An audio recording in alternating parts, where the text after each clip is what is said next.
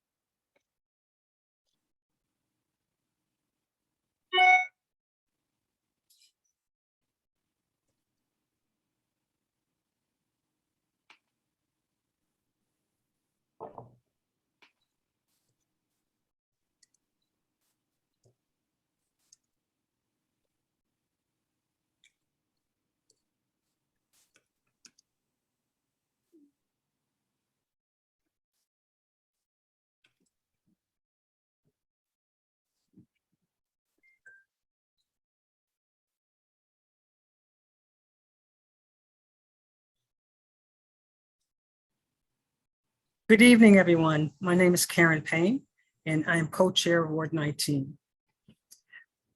This evening, we're here to listen to and meet candidates that are running for the Suffolk 15 House of Representatives and the second Suffolk candidates for Senate. We will start our program with special guests from that are represent the Ward 19 who are uncontested. Unfortunately, some of them are still in session, but doing the good work for the Commonwealth. So we will excuse them for that for the night. So right now I'm going to introduce you to our moderator, Radhika. Thank you, Karen. Hi, everyone. My name is Radhika Khetani, and I will be the moderator today. I am a member of Ward 19, and the Communications Committee subcommittee is what I'm part of. We do have Representative Holmes here. Representative Holmes, do you want to speak for 2 minutes before we move on to the 15th House candidates?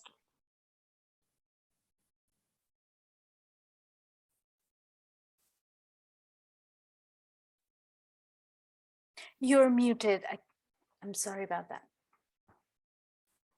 Let me see if I can unmute you. Just a moment.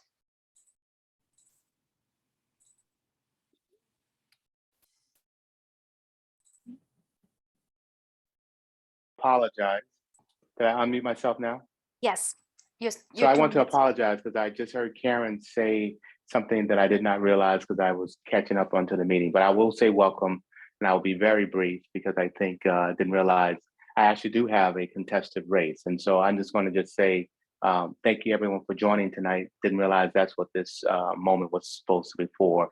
And just so happy to work with Ward 19 and look forward to just joining everyone tonight. And then I'll catch up on the fact that I actually do have someone who is on the ballot with me. So thanks everyone, and didn't realize that's what this 2 minutes was for. Thanks. But great to see everyone and hope everyone has a great night tonight. Thank you. Thank you, Representative Holmes. Thank you, thank you, Russell. I will pass it on to our Issues Committee co-chair, Helen Raisin, who had a couple of things she wanted to say to us, and a couple of slides she wanted to focus on. One slide. One slide. So first of all, I apologize to Representative Holmes. We somehow missed that you had somebody running against you in the Democratic primary. That's our mistake, and I feel bad about it. So Ziba, if you can put on that last slide, the very last one. There we go.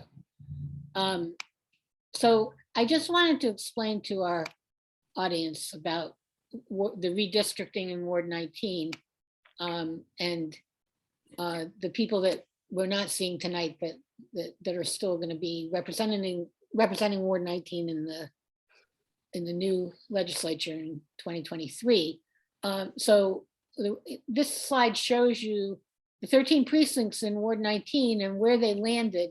And you'll see that we're in 4 different Massachusetts House districts now. Representative Holmes is 6th Suffolk. Representative Coppinger is 10th Suffolk. Representative Consalvo is 14th Suffolk. And the 15th Suffolk, we're having the forum for tonight with 4 candidates to fill that seat. So unfortunately, I'll put some contact information in the chat in a little bit, but Representatives Consalvo and Coppinger and also our other senator, who's Senator Holmes, who's in Norfolk Suffolk District, were busy with legislative duties and couldn't make it tonight. So that explains why we'd hope to have them here, and hopefully it gives people from Ward 19 who are in the audience some ideas about where they landed. Oh, the other thing I want to mention is the precincts 3, 4, 7, 8, and 9. The boundaries have changed. So whatever precinct you used to be in, if it's one of those 5, you should check. And a little later, I'll be posting in the chat more information about the re-precincting and how you can look up what precinct you're in for this election. So, and where to vote and stuff like that. So that's all I had. And I think that we can just start the 15th Suffolk Forum a few minutes early. Great. Thank you, Helen, for that very informative slide. And as Helen mentioned, she will be posting more information about that later on. So let's move on with the 15th Suffolk Candidate Forum. And we are really happy to have all of you here. Marianne Nelson, Richard Fierro, Sam Montagna, and Roxanne Longoria. So I hope I pronounced all of your names right. If I didn't, please let me know. And so now I'll give you a second to let me know if I pronounced your name right. All good. Okay, great. Thanks. I'll move on to the rules for the forum. So we will start with a 90-second opening statement from each of you, and that will be followed by the Q&A. And so after the 90-second opening statement for the Q&A, each of you will get a minute to answer the question. And we will have a rotating order of speakers. And after I say the question, I will also let you know what order to answer in. And also if at any point I determine that there is a need for a rebuttal, I will make sure that the person who I think is the most appropriate person to rebut will get 15 seconds to make sure that they get a chance to say something. We also appreciate you sticking to the assigned times. And please note that we will have a timer on Zoom that'll show up as we start talking about, as you start making your opening statements. And I'm sure you've all become accustomed to this since there have been so many Zoom online forums, but we will be muting you if you go over time. And any questions about this before we move forward? All right, Ziba, can we make sure that the timer is also spotlighted?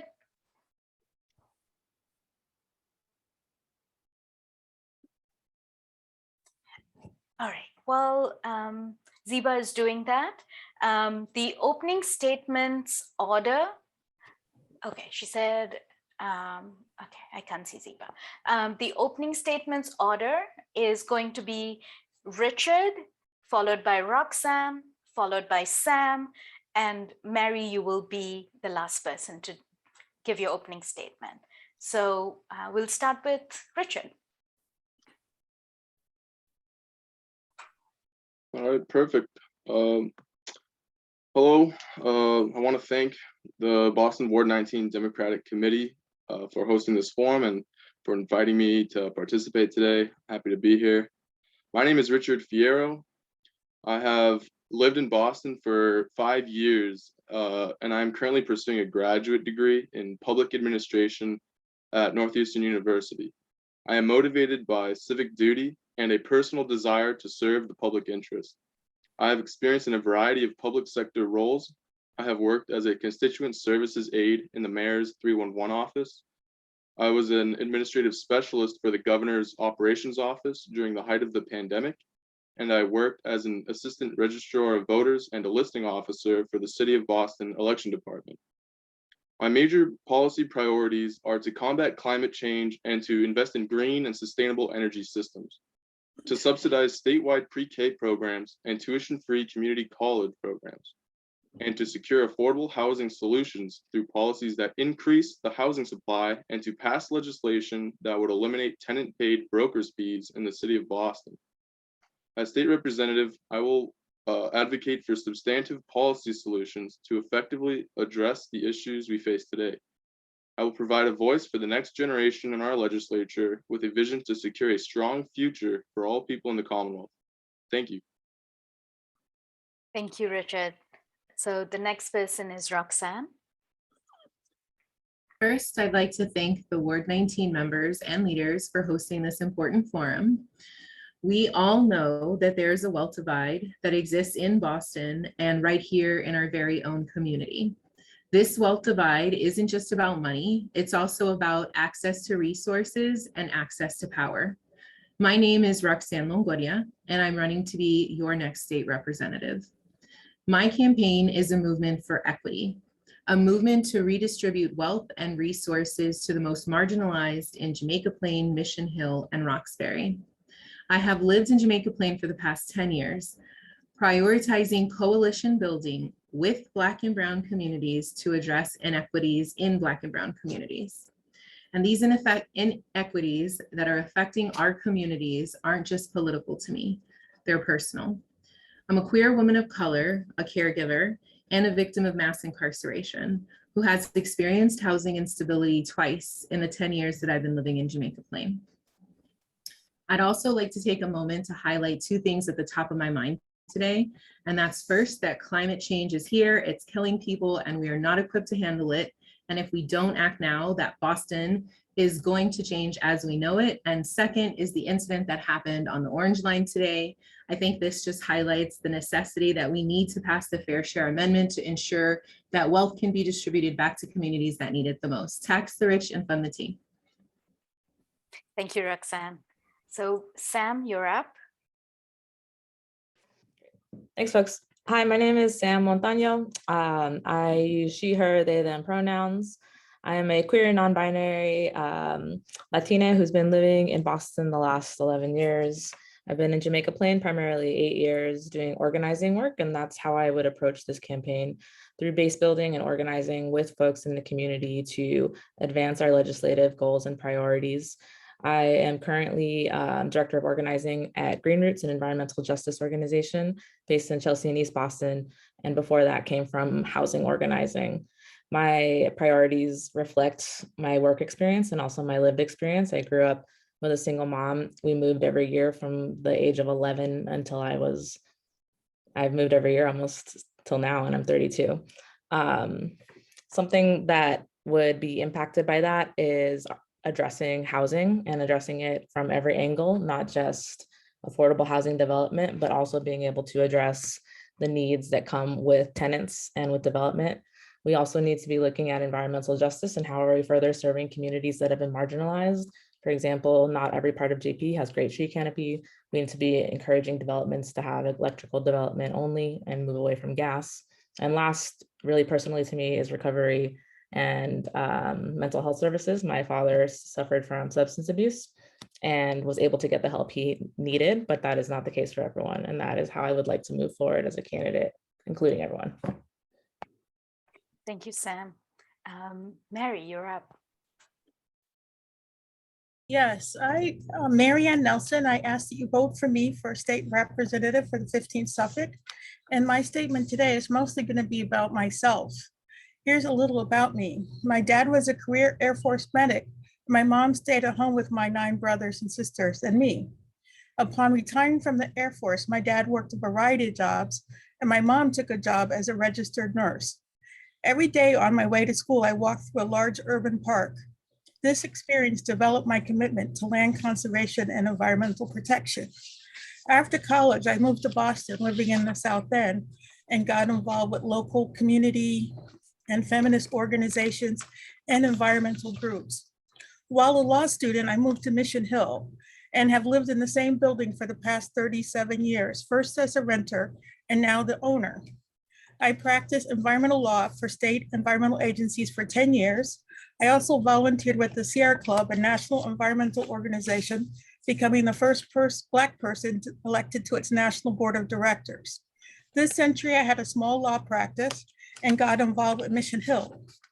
Currently, I work for the Mission Hill Health Movement, focused on improving the health of the neighborhood. I serve on several other community boards, and I'm president of the Mission Hill Link Bus, our community bus.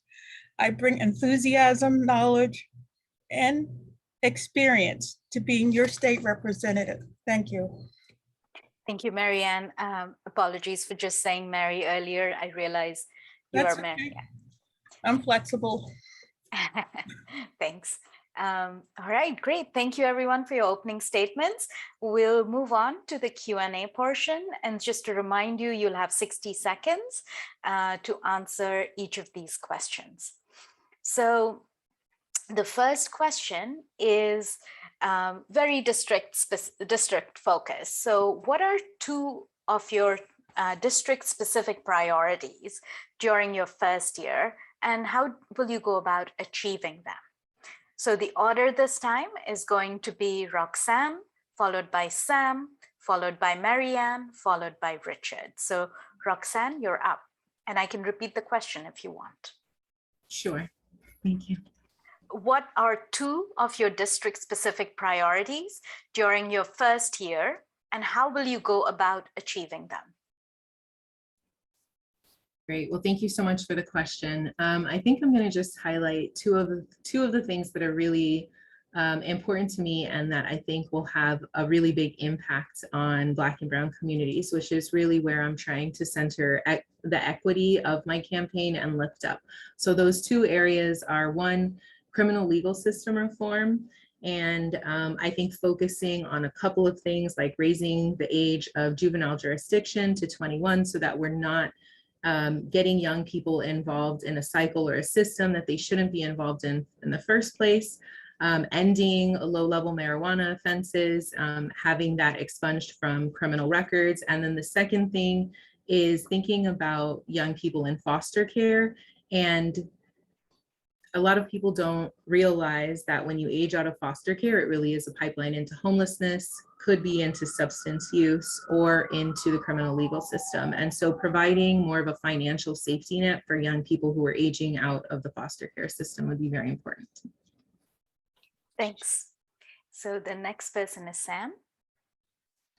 Thanks, Radhika. I think for this district specifically, I'd really like to focus on housing.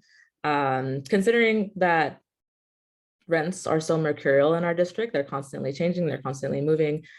People would like to plan for that. So one of the best ways to do that is rent stabilization. And it's kind of an equity focused lens and a way to be able to do a mortgage for people who don't want to buy a house, right? If you have rent stabilization, you're able to predict each year what your rent will increase, and you won't be slapped with like an $800 rent increase where you suddenly have to move, which penalizes poverty, because if you have to move, you have to pay down payments, broker's fees, first and last, right? That's one thing. The second thing I would really like to look at is when I'm thinking about Jamaica Plain, we love small businesses, right? So how are we creating programs with Massachusetts Public Banks, if we can pass that, to allow folks to be able to purchase their storefront so that they can build equity from their storefront as well? How would I do this? I would get on the ground, talk to folks, and begin to move forward those processes and build a base of folks in our district who would like to advocate at the state level. Thank you. Mary Ann.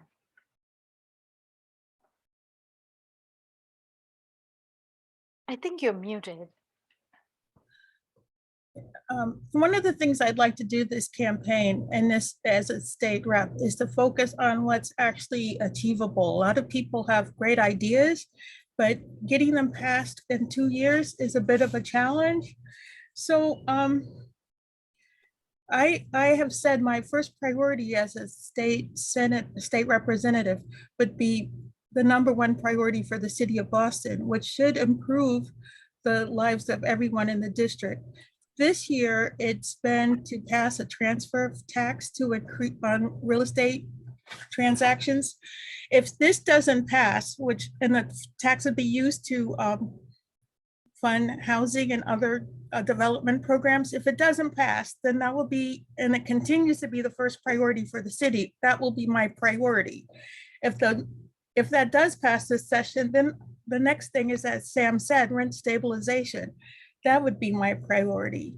And then the third thing is making sure that the budget adequately funds the district. That would be my second. Yeah, thanks. Sorry about that. Your time was up. Yes. Thanks. Richard. Yeah, so one of my first local priority would be to bolster up and our public transportation, I guess, infrastructure and apparatus here in the district. This includes making sure our buses have the comprehensive bus networks throughout the district. I know the city plans, or the MBTA plans, to change some of the routes, so I just want to make sure that everything's okay there. And also, this means building more bike and pedestrian friendly infrastructure here in Jamaica Plain. And I believe everyone should have access to good grocery stores, pharmacies, and health centers close by to their homes. That should they should be able to access them either within walking distance or through adequate public transit. And then our second local priority here is to make sure our schools are adequately funded and yielding high quality support for students, as well as opportunities for secondary, post-secondary education and jobs programs. Thanks. Thank you. Thank you. Thank you, everyone. So we'll move on to our next question. This is a little bit of a long one, but I will repeat it if needed. So the organizations that you work with in developing policy will critically shape the choices you make. Which 2 local organizations would you seek counsel from to set your priorities or to advise you as far as prioritization goes? Similarly, please name 2 statewide organizations you plan to work with, if time permits. So if you can focus on 2 local organizations and then naming 2 statewide organizations, if time permits, would be great. And this time the order will be Sam will go first, followed by Mary Ann, followed by Richard, and then Roxanne will go last. So Sam, you're up. And I can repeat the question if you want. Okay, thank you very much. So I think the first organization is one that I have previously been affiliated with and I've worked with before, Jamaica Plain Neighborhood Development Corporation. And it's luckily a very good catch-all. I can go to them for housing. I trust a lot of the folks there. My mentor is the former director of real estate there. And I would go to them for housing, economic development policy, childcare policy. All of those things are encompassed in the work that they do.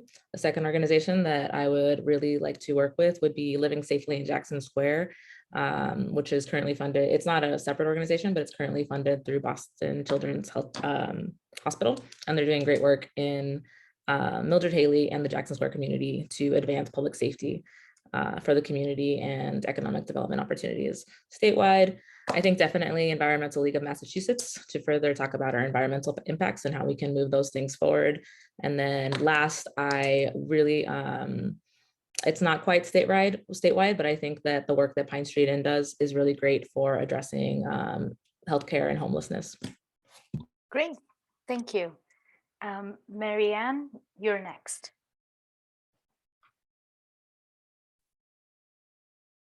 I think you're still muted. Yes.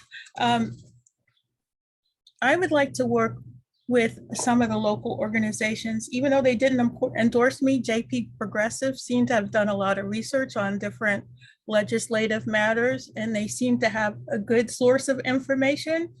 I would definitely be interested in working with them.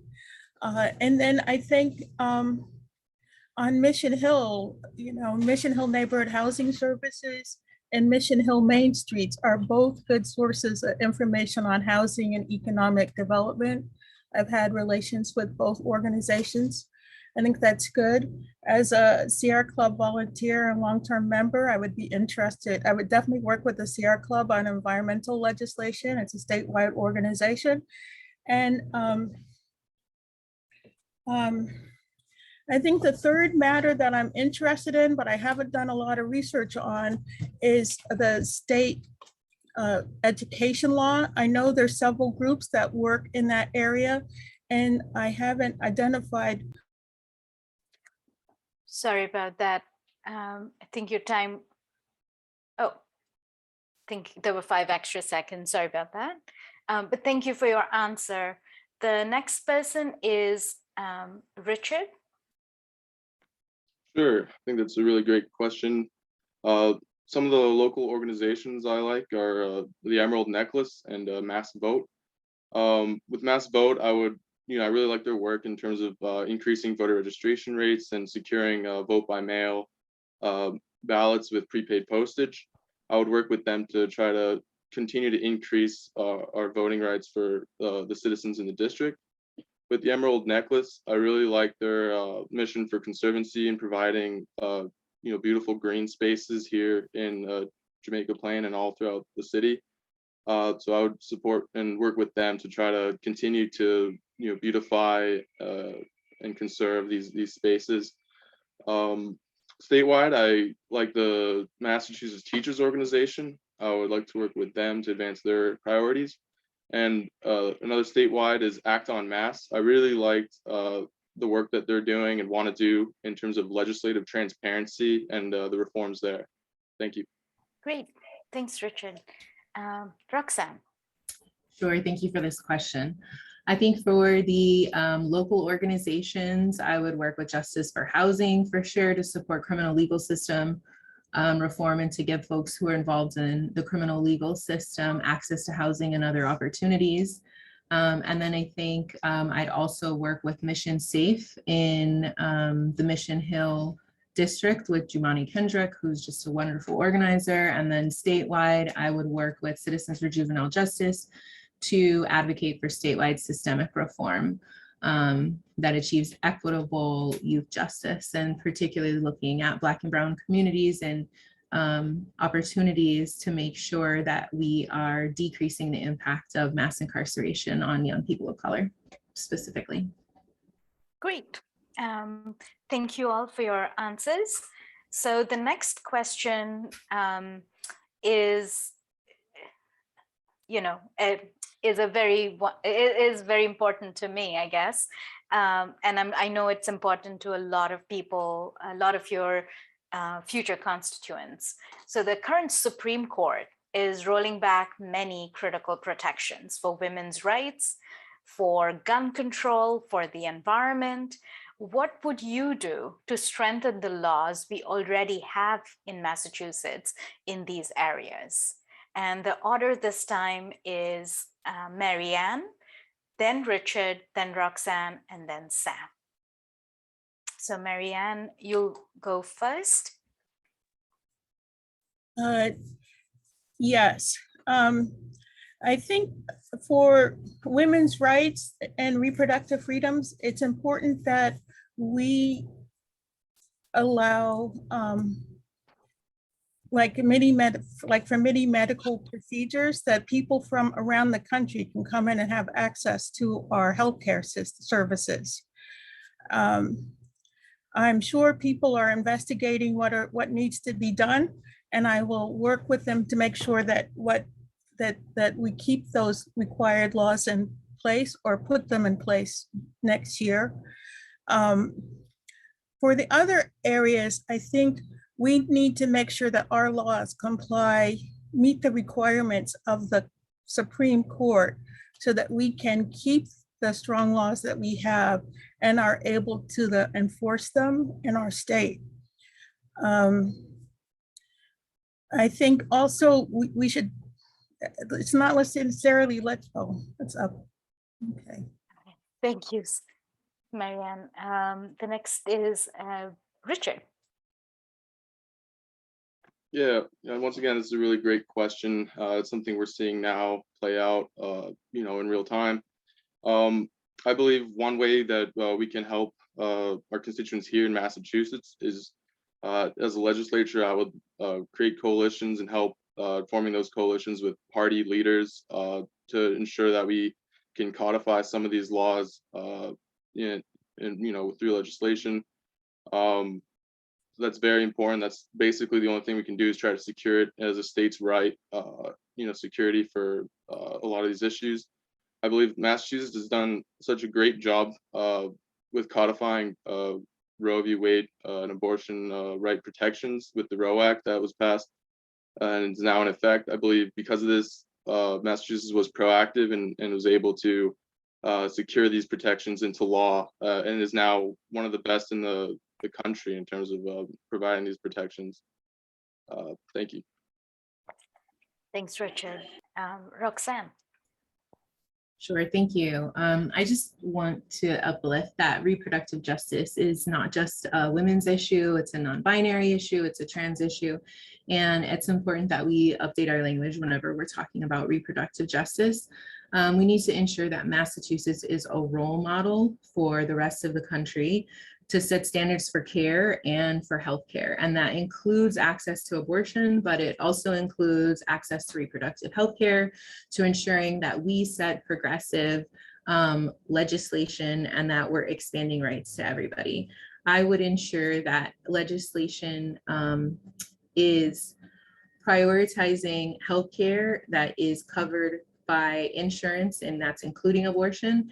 And then I would also support legislation to ensure that providers who are providing abortion to people who are coming from out of state will also be reimbursed if the person is unable to pay for that procedure. I think it's really important that we are providing people with holistic services because right now their rights are really being infringed upon in other states. So ensuring that we're welcoming and supportive and uplifting abortion funds in Massachusetts as well. Thank you. Thanks, Roxanne. Sam. Thanks. So similarly, I think that the passage of the Roe Act was essential and protected and codified a lot of the rights around abortion care for folks who are birthing individuals. The second part of that would be continuing to expand on access to care for folks who need to be able to pay for those things, whether it's through Mass Health, whether it's through whatever insurance company you have. So creating universal access in that sense, as well as funding and paying for doulas for people who are seeking alternative methods to birth or to move through their pregnancy, as well as fully funding access to reproductive health care for low-income individuals so that everyone can begin to reach those services. For gun control, I think that we do have fairly strict gun laws, perhaps moving manufacturing out of the state, but also dealing with guns that we have on our streets. I live in Eggleston. Sometimes there's gunshots out here and I've lost some youth to gun violence. How are we addressing that would be the next issue. Yeah, great. Thank you all.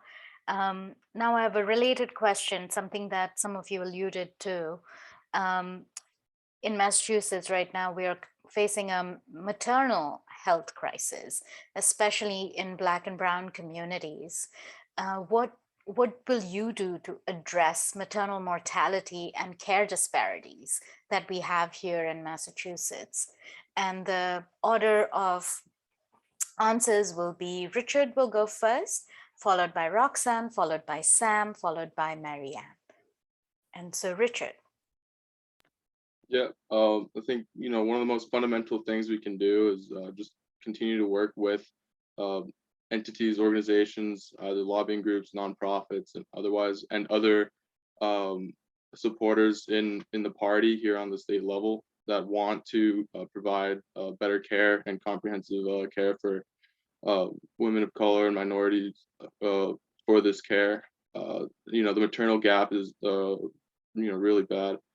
Something that I learned more about when in this process running for office, and just to continue being an ally for these this coverage is very important. So it would just be about working with other supporters in the legislature and making sure we have a comprehensive voting block to write this legislation into plan and to make sure that these go funded. Thank you. Thanks, Richard. Roxanne. Thank you for this question. First, I'd like to just say that the pandemic has really put a spotlight on healthcare inequalities across the board and the need for us to invest in a stronger public healthcare infrastructure. And then say that, I think we need to be making sure that doulas and alternative methods of birthing are uplifted. A lot of my friends are working, in that way and have explained to me how that method of care is just more loving, and it's really focused to the mother specifically. And I'm just a big fan of the Neighborhood Birthing Center, which is Boston's first birthing center, which makes it safe for Black birthing people to give birth safely. And so that just means that you're uplifting the folks who are at the most risk. And if those folks are taken care of, then everybody's taken care of. So, that's another reason why single payer healthcare is so important, because we need to make sure that all residents have access to comprehensive, equitable, affordable healthcare. Thank you. Thanks. Sam? Yeah, so I am on the advisory committee of the Southern Jamaica Plain Health Center, which is a health center that really focuses on racial equity. And we know that healthcare is deeply impacted by racism. That's the fact of it. And so, of course, Black and brown folks have a higher disparity rate when it comes to birthing. Low outcomes, poor healthcare, poor access to healthcare. So what we need to do, I think, is address it the same way that a lot of the hospitals have begun to address it when they do their 3-year report where they assess the needs of the community. What we know is that those needs are housing. We need to be able to provide safe, stable housing for folks who are going to be having a child, for all folks, right? That's something that is currently unavailable for a lot of people. They don't have a safe place to go. The other thing is access to food. Are they getting those accesses? Are they getting relevant and racially equitable healthcare? So it's an intersectional answer to that. Great, thanks. Marianne. This is a pretty serious problem. I mean, if even Serena Williams, one of the wealthiest Black women in the country, can risk death while giving birth, there needs to be a huge change. Some of it is legislative, but most of it, I believe, has to come from the healthcare system. I think last year, for the first time, there was a diagram for doctors of a Black baby going through a Black birthing canal. And until somebody did that exhibit, I don't think there was a single Black image of a Black baby being born used for educating doctors. It's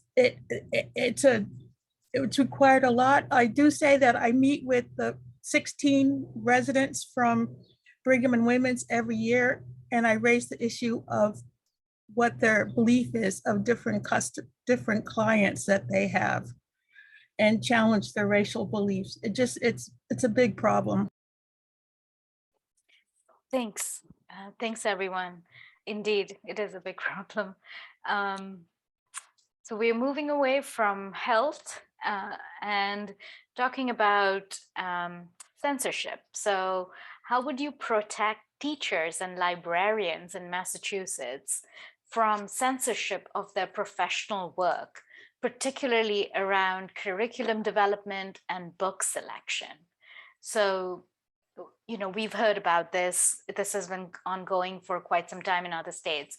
But what would you do in Massachusetts? And this time, Roxanne is first, followed by Sam, then Marianne, and then Richard. So Roxanne. Thank you for the question. I'd like to just lift up that I'm the first one in my family to go to college. And so I've also been really intentionally involved in racial justice work throughout all my life. So not just my professional life, but all of my personal life as well. I think I would, first of all, advocate for the increased prioritization of the recruitment and retention of BIPOC educators in our school districts. And in doing that, we're going to be prioritizing anti-racist education. So by lifting up the population of teachers that are in the schools, I really feel like it's going to be prioritizing the needs of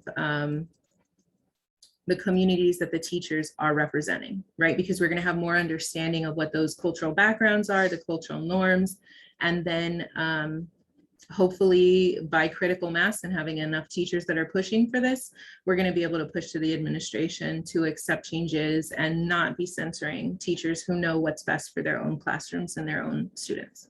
Great, thanks. Sam. I think the best way to protect educators who are trying to do this is to codify curriculum requirements in the state legislature. Currently, we know that the Healthy Youth Act, which would require if sex education is taught in schools to be medically accurate and LGBTQ inclusive, has just sat there for 12 years. So we're not moving forward any of these requirements, and we're not making those changes right now. We can take legislation and make requirements that are implemented across the board, across Massachusetts, so that folks who are teaching are able to teach relevant material and are able to react to current understandings of science as well as like literature.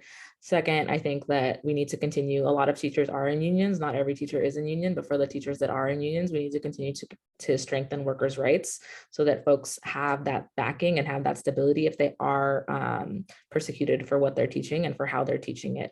So continuing to emphasize the right of the worker to be supported and to go through due processing if they are accused of anything. Great, thanks. Marianne.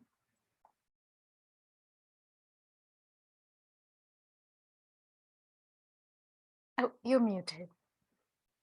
There's different approaches. I've seen there's been a lot of just general complaint and trying to get media attention by some individuals about what's being taught and what's being provided in the libraries without going through the official system to file a complaint. I think we should make sure that every place has an official system in place and try to get as many people who are unhappy with what's being taught to go through the official process. Support the teachers and the librarians as they go through the process. I'll admit, I haven't been in a public school in a few years. I was happy a couple of years ago when I saw some of my friends' children were learning things that I had to read on the outside as part of their curriculum. I think we should support the teachers and the librarians. And I don't know if a law is required to address those kind of issues yet. Until we know exactly what's happening, I can't make a firm recommendation. Thanks, Marianne. Yeah. Richard. Yeah, this is a pretty interesting question. I guess, fundamentally, I disagree with censorship of any form and all levels. I believe, books especially, should be deemed as acceptable, reading and learning material, especially in schools, right? Books are, very important and they're crucial for human education and human development. Even if you disagree with the material, you should still learn and from all sides and try to, at least understand, everything that's out there. then for that said, in a school setting, so I believe teachers can have the curriculum that they want for their classrooms like this. But that being said, I believe parents should also have the right to discuss any unfavorabilities with teachers or with the school district, try to, and if they could opt their children out of any curriculum, I feel like the parents should have that right. But fundamentally, I'm against banning books. Yep. Sorry about that. Thank Your you. time's up. Thank you for those answers. Very thoughtful. So the next question is, what are your specific priorities for legislative action, specifically in order to reduce incarceration in Massachusetts? And the order will be Sam, followed by Marianne, followed by Richard, and followed by Roxanne. So Sam. Sure. So I think that the first priority is that we continue to not build more prisons in the state, in the Commonwealth of Massachusetts. We don't need to be housing more folks we don't need in incarceration. Second, we should raise the age for youth to be prosecuted as adults to 21, 22, 23. We know that the brain is still developing when folks are young, and that folks need opportunities to have a second chance. Third, we need to create more resources and programs for folks who are coming out of some sort of criminal legal system, whether it is incarceration or whether it's just some sort of interaction with the carceral system. Create stabilization programs. Folks aren't able to just rehab with one instance, right? And maybe the lack of resources that they're experiencing aren't going to be fixed with one instance. So we need to be able to create that pipeline of folks who can, whether it's housing, whether it's access to jobs, whether it's access to vocational training, are able to do that, and to do that with the support of someone else. Thanks. All right, so the next person is Marianne. Yes, I think we should make a push not to criminalize a lot of behavior. We've seen increased criminalization still of behaviors of children and girls. And I think we should review those laws under which, young children are being found to have criminal behavior, and reduce them, to find more ways to intervene early in the process. If someone is exhibiting what others consider as criminal tendencies, to find a way to intervene and get them off of that, maybe set up a program. And I'm just wondering if there's a way for the state legislature to look at incentives for DAs, not just to find crimes and prosecute them. I've known many people who are guilty of the crime of being Black in the wrong community, and because they couldn't afford to defend themselves, ended up serving time. So there's probably other things we could do. There are some other people. Time's up. Sorry you. about that. Richard. Yeah, I guess one thing that comes to mind as a long-term solution is to ensure that the lowest performing schools in the state have adequate funding and the resources available for students to succeed and thrive educationally, and then also in terms of setting them up for higher education success or success in the job market. We need more after-school programs for a lot of schools and for youth to do, especially youth summer jobs. All of this will help to address the school-to-prison pipeline. Also, when it comes to reducing incarceration, we need to commute prison sentences for many nonviolent crimes, and especially like nonviolent drug offenses. And on a fundamental level, we need to start changing our criminal justice sentencing, where instead of prescribing a jail cell, we can prescribe actual treatment, recovery services, and other restorative programs for these people. Thank you. Great, thanks, Richard. Roxanne. Thank you. first like to say that the criminal legal system is never going to be just for Black and brown folks because it was built against us. I've had criminal legal system reform on my platform since the beginning. My policy areas are in hopes of uplifting Black and brown folks to make sure that the criminal legal system is more just, but it will never achieve justice for all. And that's how come in my platform it says criminal legal system reform and not criminal justice reform.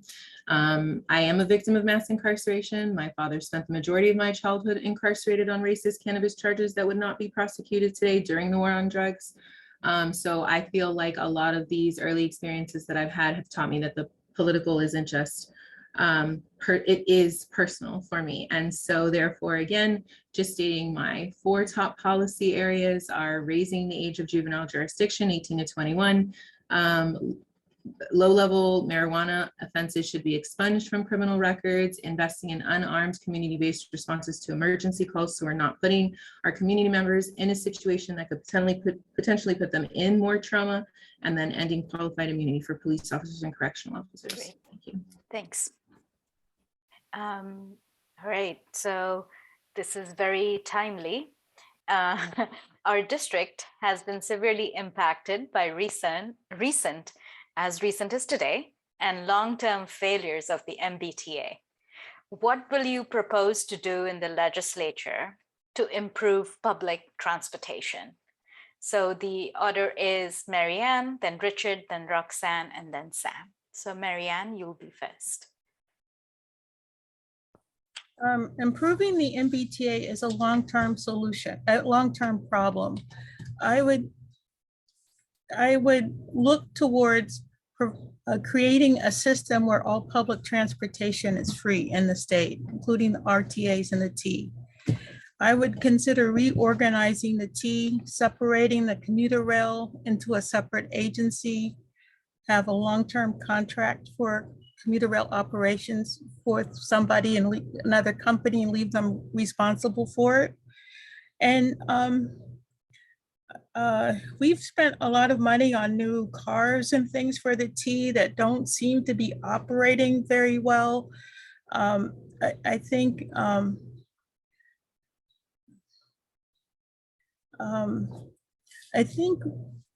you know, part is good management, but also good workers. I mean, I know many T workers who are trying the best they can and there may be ways that they can identify T service could be improved. Okay, your time's up. Yes. Yeah, Richard. Yeah, I believe a lot can be done to, make the MBTA better.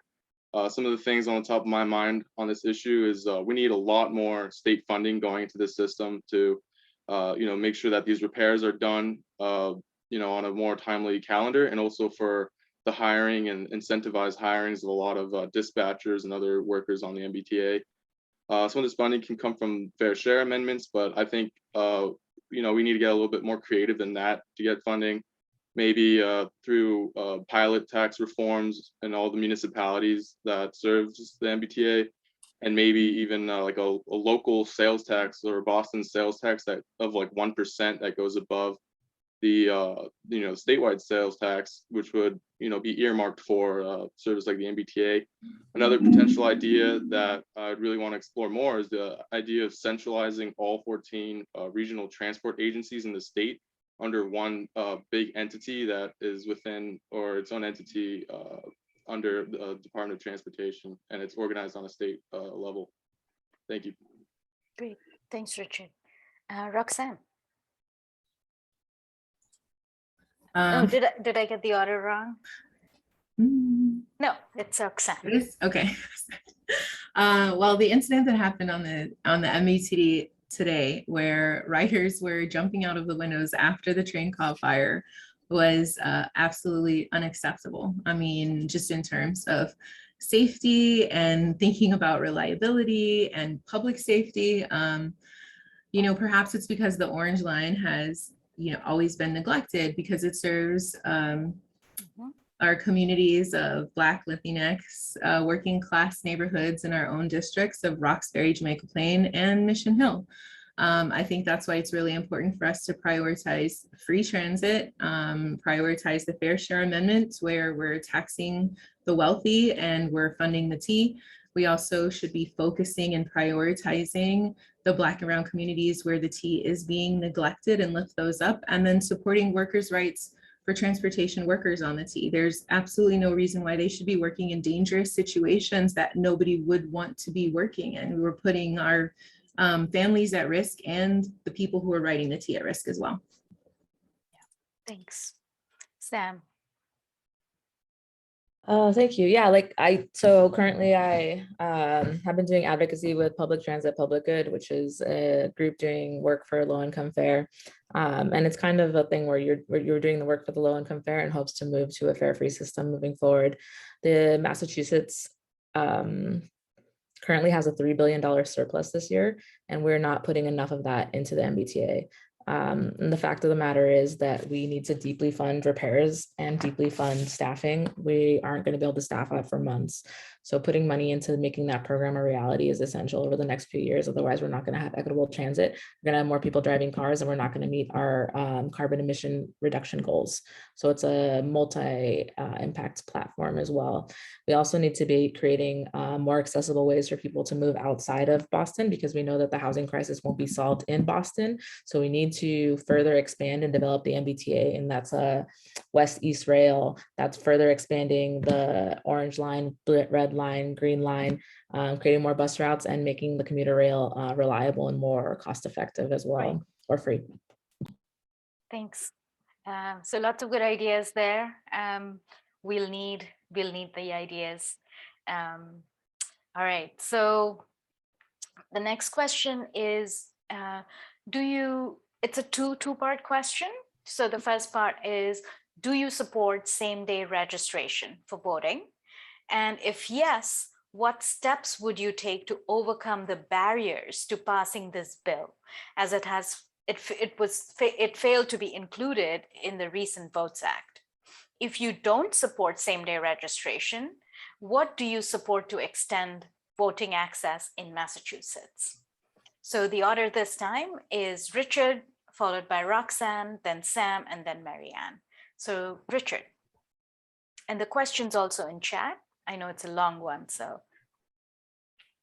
Yeah, I definitely support same-day registration. I feel like it's one of the next fundamental steps we can take to secure greater voting rights for the people in the Commonwealth. It's wholly important. Someone should just be able to walk in, register that day, and then vote in any election.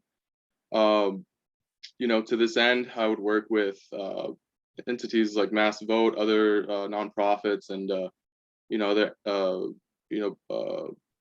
philanthropic organizations that want to get this goal passed. I would work with other legislatures who also support this goal, and you could bring together a legislative voting coalition to create and pass the legislation in both houses here, and hopefully get this into law. But if it can't be done on a statewide level, then I would just try to help on a local level, the city of Boston, achieve this goal of same-day voter registration and voting. Thank you. Great, thank you. So the next person is Roxanne. Thank you. As I've been campaigning, I've come across a lot of seniors who are really thankful for mail-in ballots because they provide a foolproof method of voting, and they don't necessarily have to think about or worry about getting to the polls, bad weather, or long lines, and they can vote early and from the comfort of their homes. I think that the reality is that seniors are more reliable voters because young people tend to move around a lot and sometimes move to new districts every year. I mean, as somebody also who experienced housing instability, I think that could also be a part of it. I mean, rent is just increasing so much that we have people that are moving around a lot. And so I think that a 20-day cutoff for voter registration, therefore it disenfranchises thousands of voters. And so we need to be intentional about decreasing barriers to voting, because voting is inherent to a functioning democracy. And so because of that, I 100% support House Bill 2098, which is an act to same-day registration, and will co-sponsor it when elected. Thank you. Thanks. Sam? Yes, I support same-day voter registration 100%. I think that one of the ways we can move to get it passed is to continue to build a broad base. I think right now as it exists, it's a priority for many folks, but we haven't focused on it quite as much. So if we can take folks across the Commonwealth, do some organizing and push folks to call their local elected officials and convince them that this is not an overly onerous burden for folks who are working the polls. I've volunteered and worked the polls myself, and it's truly a lovely and not so burdensome experience. So I think that encouraging those folks to speak up about their work and their experience and how smoothly the system works will be great. Also providing data that shows there is not a ton of voter fraud that's happening across Massachusetts, Commonwealth, or any at all, and building a base of folks who are interested in voting and who would broaden the response across the Commonwealth. Great, thanks. Marianne? I support same-day registration. And I thought I heard the State Secretary of State mention that he supported it too at the annual, at the Democratic Convention, but maybe I heard improperly. But overcoming barriers would be talking to the actual election officials in our city and in other cities to find out why they think it's a problem, and then try to address those in legislation by working with our other legislators and people who support it. I think we could also maybe do some other things, like have, just like we have motor voter, maybe we could have high school registration where when young adults, young people graduate from high school, they can register to vote if they can the same day. But there may be other ways we can increase voter registration. Thanks. Thank you all for your very thoughtful answers. This brings us to the end of the Q&A, and we really appreciate you being here and telling us a little bit about yourselves. So now we are going to move on to closing statements, and each of you again gets 90 seconds each. And the order is Roxanne, then Sam, then Marianne, and Richard will go last this time. So Roxanne, 90 seconds for your closing statement. Thank you. At this moment, we have an opportunity for bold progressive change. So with the progressive mayor and a progressive city council, we can make moves forward on rent control, the Green New Deal, workers' rights, free public transit, and reforming the criminal legal system. But we need a champion on Beacon Hill that's going to take these progressive ideas off of the white paper and make them into reality. Therefore, I applaud the steering committee for allowing us, the candidates, the opportunity to share our platform, our background, and why we believe that we're the best candidate for this position.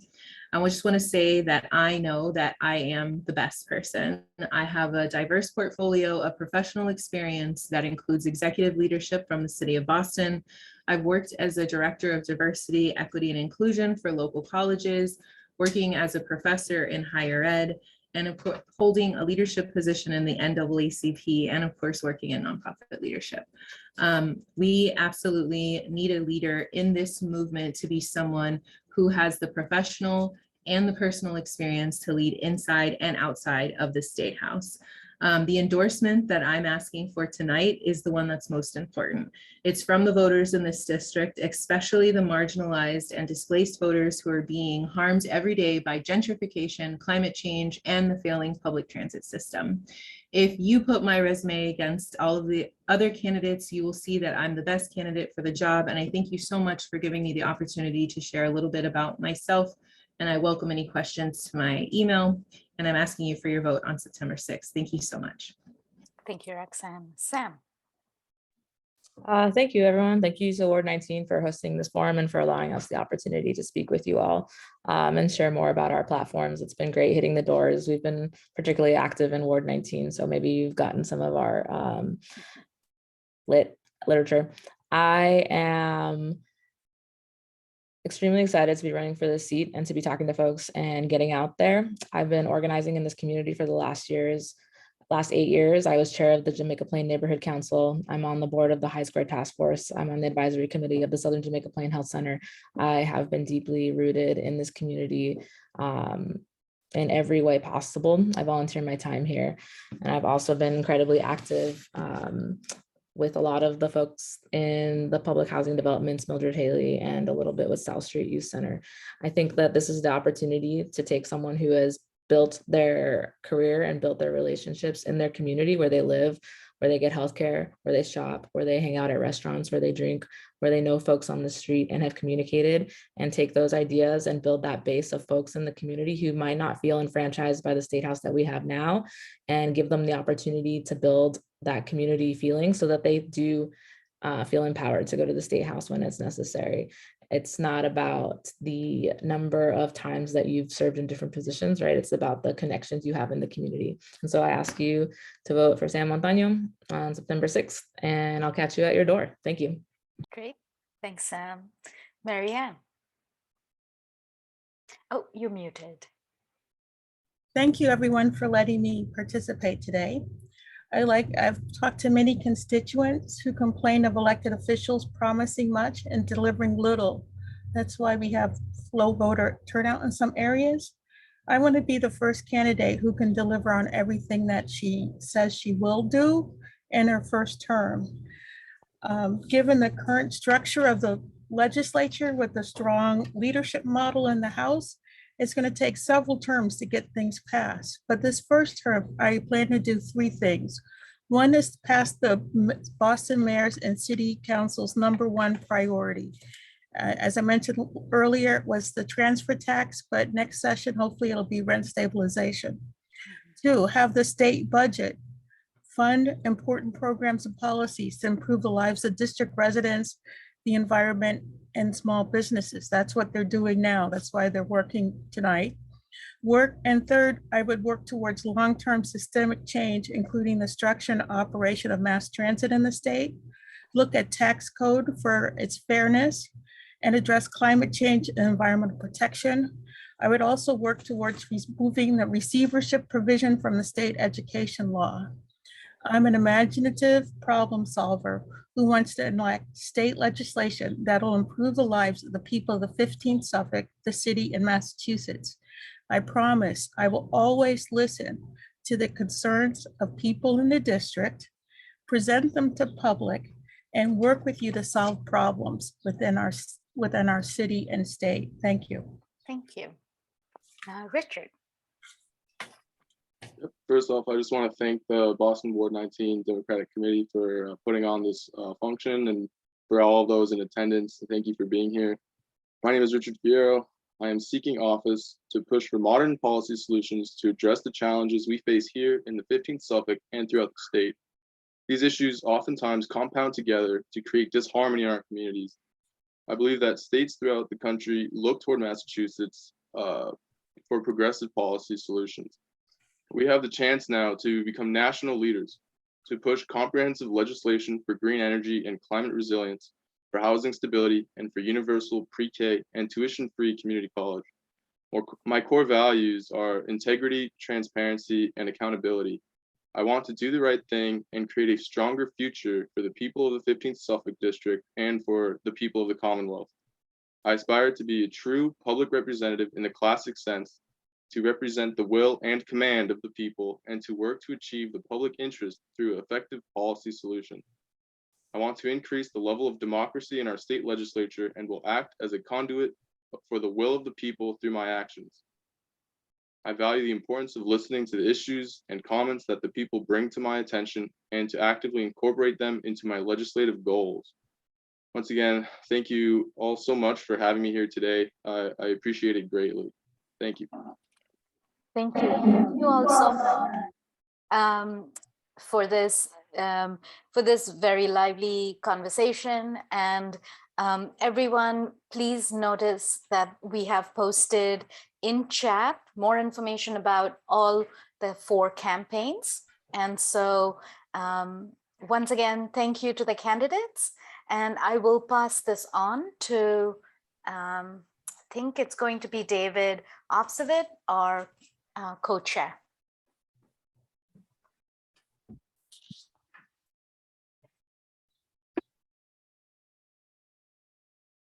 Okay, thank you, Radhika, for your work on running this forum. You'll be back in a couple of minutes, but I know you need a bit of a break right now. We are posting on the screen here, and I want to thank all the candidates. I think they've been removed as from the screen, but they're probably still listening. Want to thank them for participating in a very lively and very positive debate here, with each one having their specific focus and information. I hope it gives us all a much better way of making decisions on voting as it comes up in the fall. On the screen here, talking about voting, is voting information. We have a couple of slides about voting. Couple of dates you need to know is voter registration has to be done by Saturday, August 27th if you want to vote in the primary. We've talked a lot about same-day registration, but it doesn't exist yet. So you need to know that information. As Helen mentioned earlier, if you're in several of these precincts, 3, 4, 7, 8, and 9 in Ward 19, your polling location may have changed. So you need to use this information in these lines here in order to do that. You don't have to frantically scribble everything down that's on the screen. I will post this on our website. I posted a link in the chat window as well. That's of the website of our committee, bostonward19dems.org. I will post these slides so that you get this complete information as well. David, Please. I'm posting it in the chat. Okay. Okay. And then, okay, and please go to the next slide. Please bring up the next slide. The primary is Tuesday, September 5th. Hopefully if you're already registered to vote, you should have received a form if you want to vote by mail, asking you to get your ballots. But be aware that if you want to vote by mail, you need to apply before Monday, August 29th, and then you have until 8 p.m. on election day to drop off your ballot at Dropbox locations if you can't get it in the mail before then. There's also early voting. If you don't want to do it by mail, but you want to vote early, there are locations posted at the website below. And remember, again, that's for that 1 week, August 27th through September 2nd. And you don't need a reason or an excuse to vote early. Anyone is allowed to vote early. Anyone is allowed to vote by mail. Having worked at the polls in the past, I know that this is a huge boon to the people who work at the polls. It reduces the load on them at the polls. And in these days of the pandemic continuing, we want to reduce their exposure as well.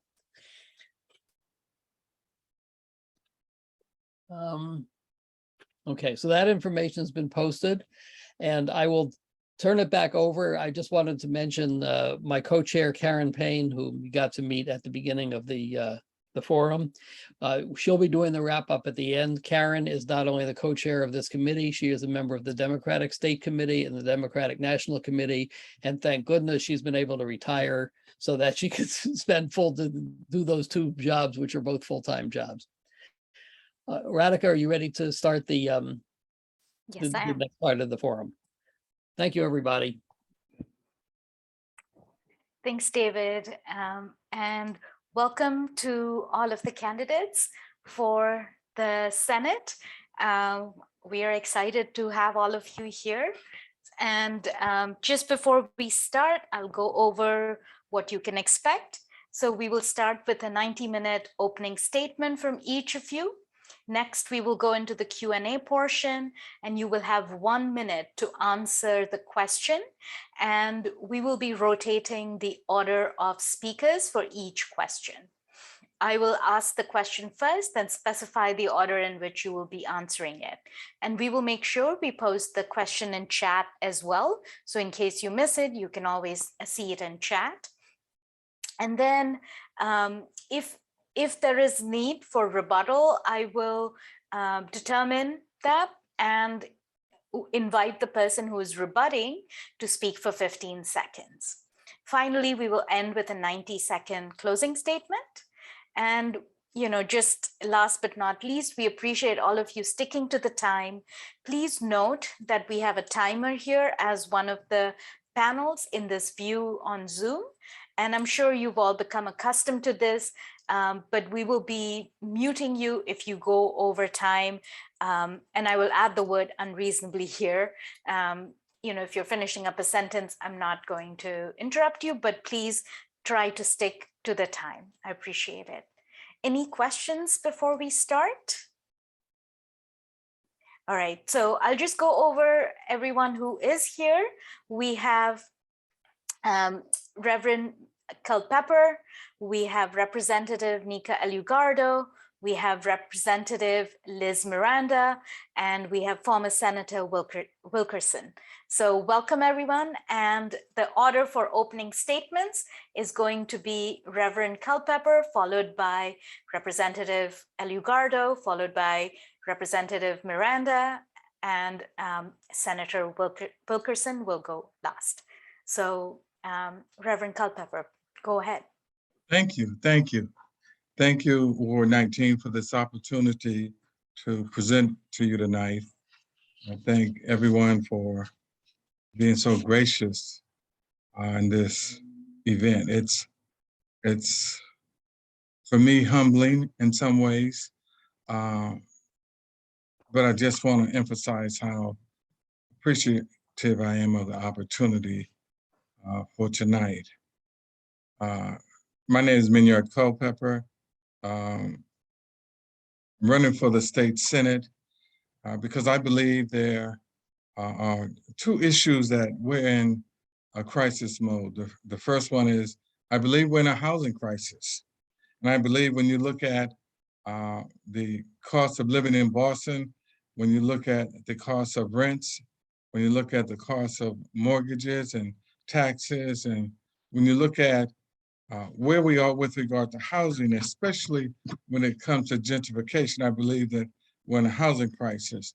And I say that because many folks are unable to afford to live in Boston. And so as the one who has worked at HUD for 27 years to come to run to make a difference, I presented the Housing Stabilization Plan. I'll talk a little bit more about that as we get into the debate, but I just want to thank you for allowing me to be part of this debate tonight. Thank you. Nika. Thank you, Ward 19, for having me. It's wonderful to see you tonight.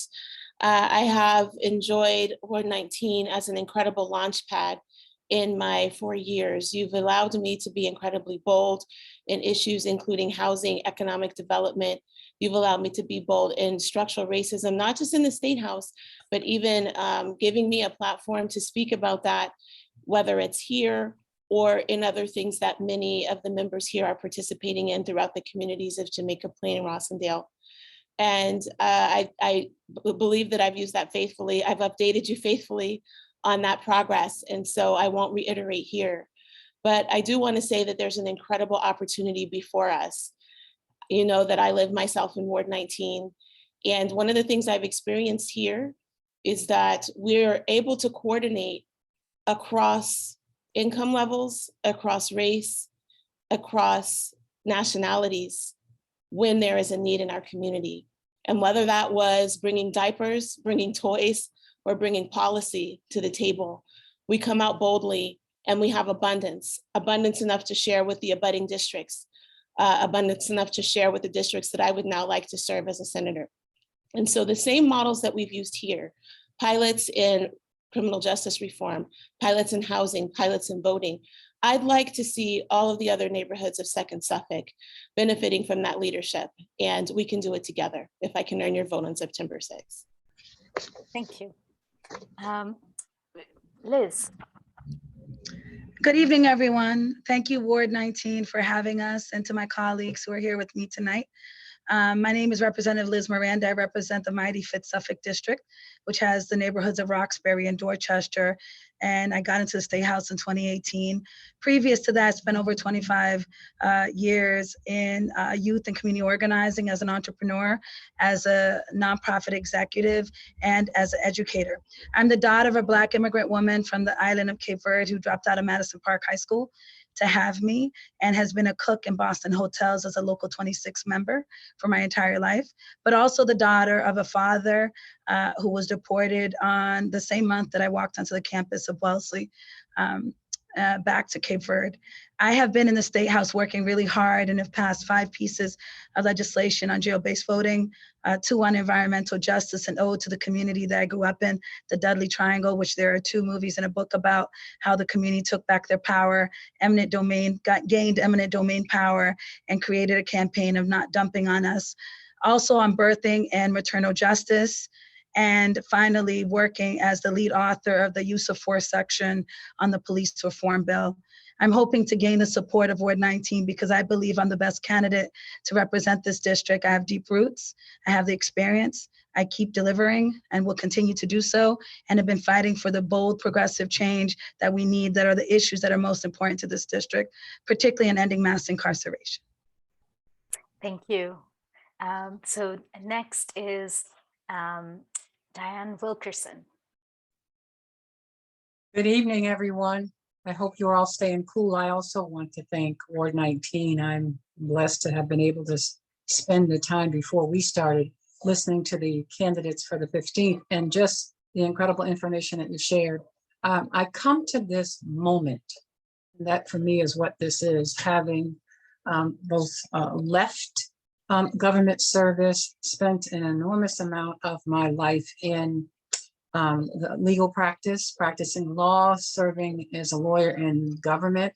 And I think the theme is fairness, equity, and justice for me. The last 3 years were the deciding factor for me in re-entering public service because of, so many of you have said, because of COVID. And the devastation that it has played in this community. And while there clearly are communities that are doing okay, the bulk of the Second Suffolk, Roxbury, Dorchester, Mattapan, Hyde Park, and Hyde Park, Roslindale, and JP, where I spent the last 2.5 years focused on saving lives.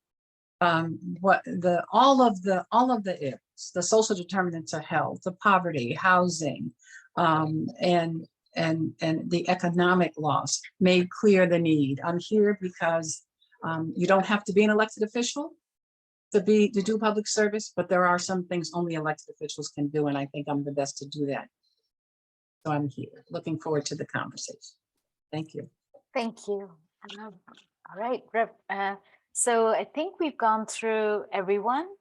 So we'll start with the Q&A portion, and just to remind you, each of you will have 60 seconds for your answer. So what are 2 of your district-specific priorities during your first year, and how will you go about achieving them?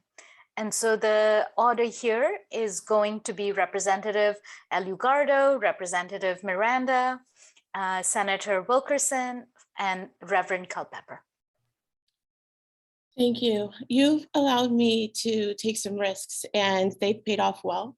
I've taken a model of addressing root causes, and I've done that so far in housing, in criminal justice, and in economic development. So I'll pick 2, housing and economic development. I've actually started to call that ecological justice because housing and climate justice go together. And I already have a few bills that are moving in that, including some language that got passed in the economic development bill. You guys know I've worked hard on this expanding public housing bit so that we can loosen up the procurement. That's such an expensive barrier, and some of the other legislative barriers to just building and developing affordable housing for home ownership. For economic development, I really want to bring together the neighborhood associations to develop a district-wide plan for what it looks like to have vibrant business, and to make sure that we're funneling the resources directly to businesses and not just to big state agencies. Great, thank you. And next we have Representative Miranda. Great. I'd like to continue on two of my priorities in my first two terms in the House. One is gun violence prevention, public safety, and the myth of public safety being the most over-policed, over-incarcerated, not safe district in the Commonwealth is to continue to invest. I've already invested and led the House on ensuring that there was $50 million, not only for gun violence prevention, but also reentry. I see the linkages between both. But I've also been a champion for birthing justice, and I hope to continue to work in the House and Senate to bring forth an omnibus bill on birthing justice. Black women are still dying 2 to 3 times the rate of white women in Massachusetts. Through COVID-19, rates of morbidity and mortality among Black and Indigenous and Latinx women went up 33%. We're dying, our children are dying, and we can do something about that by investing in community health centers and a bunch of recommendations that came out of the maternal inequities report that we worked on so hard this year. Thank you. Next is Senator Wilkerson. Thank you. It's hard to do two because there's so many. Here's what I do think, though, that the economic reset is time. Massachusetts and the city of Boston in particular for our district has more money available to it than we've ever had in the history of the Commonwealth as a result of this pandemic. And while so much of the conversation has been about the focus of that bounty targeting Black and Latino residents because we lost the most, the fact is, I look out your window. There is no evidence that that has happened, but it's not too late. The one thing that I do know is that if we're ever going to do it, this is the time. And so I have, and I will be rolling out on the 2nd of August, a major, I call it transformation and bold economic plan that deals with several different areas of our lives, not only individual economy, home ownership, health disparities, and support for our business, Black and Latino businesses. And I look forward to that conversation. And I think the second is rebuilding the healthcare system. Our daycare system imploded during COVID, and we must rebuild it. Yep, thanks. All right, so Reverend Culpepper. Thank you. Two of the many issues that we have facing this district I've talked a little bit about housing. I issued a housing plan last month, and in my housing policy plan, it dealt with 3 points that had to do with dealing with gentrification, stabilization. One of them was, as we did with Academy Homes and Campo Garden, to take those developments, redo them, transfer ownership to the tenants. I say we do the same thing with an area like Franklin Field. Take Franklin Field, rehab it, rebuild it, transfer ownership to the tenants.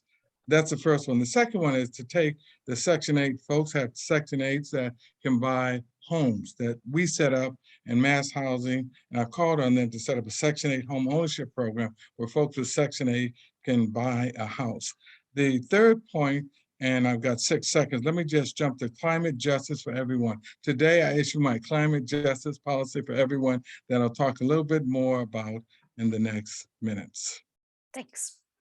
All right, so thank you everyone for your answers. The next question is, is a two-parter really, but you can combine it into one. So the organizations you work with in developing policy will critically shape the choices you make. Which 2 local organizations would you seek counsel from to set priorities or advise you on your prioritization of issues? Similarly, please name 2 statewide organizations you plan to work with. And the order of answers here will be Representative Miranda, then Senator Wilkerson, Reverend Culpepper, and Representative Alugardo. Great. So statewide, I've done a lot of work with the ACLU and the Environmental League of Massachusetts. Actually, 3 of the pieces of legislation that I was able to file codifying EJ into law and equity and offshore wind, as well as the police reform bill, were built with the ACLU and the National Association of Social Workers at the helm and ELM at the helm of the others. Locally, I work a lot with the Dudley Street Neighborhood Initiative. I grew up on a land trust. They believe in development without displacement. And I think that's one of the cornerstones that we need to bring from the corners of Dudley Street and Blue Hill Ave all the way across the district. So I hope to work with smaller nonprofits alongside, so Dorchester Not for Sale, I've worked a lot with, and MAHA to increase the amount of money that we're actually giving to first-time homeowners. So those will be the 4 major organizations plus 1. Great, thank you. Senator Wilkerson. Thank you. I would say, given the focus on what I call the economic rebirth, the organizations that have been focused on economic justice and economic and social justice that I would work with locally and have been for probably the last 30 years is the Boston branch NAACP. I would say Amplify Latina and also BECMA, the Black Economic Council. We must focus on rebuilding people. We keep building around people, but we have to focus on building people. And those organizations have been centered around issues of the economic justice, the economy, fighting for work equity and business rights. And so that would be it. I think statewide, I'm going to say Mass Vote, because I do think that they have been able to figure out how on the ground to center voting rights and removing barriers, so important. And then the other is NEMA, which is the New England Medical Association, which is the Black physicians version of the AMA. Okay, thank you. Next is Reverend Culpepper. Thank you. I appreciate that question. I've worked with the Mass Black lawyers for years and continue to work with the Mass Black lawyers on issues, especially when it comes to election and election protection, other fair housing and civil rights issues. We work with them from HUD when we filed suit against the city and the Boston Housing Authority. So I would continue to work with the Mass Black lawyers, wide range of representation, and we do much pro bono work. The other organization that I would work with, and it's not just an organization, the Climate Justice for Everyone policy that I issued, one of the professors from Framingham State College helped put this policy together. I taught at Suffolk Law School last year. I would pull from the law school at Suffolk University, whether it's the business school, whether it's the real estate school. I would use my base from the law school, from Suffolk University, to bring forth policy. When they had the charter issue with the mayor's election, who did we go to? We went to the professors at the law school. Great. Representative Alugarda. Thanks. You know that I am a coalition builder, and I have been building coalitions and supporting coalitions. And so when I think about the local organizations, I will continue working with the Main Streets. I've already met with the Main Streets directors in the neighborhoods across the 2nd Suffolk and have helped them help me understand not only their organizational polity, but their goals and vision. And they've introduced me to many of their members.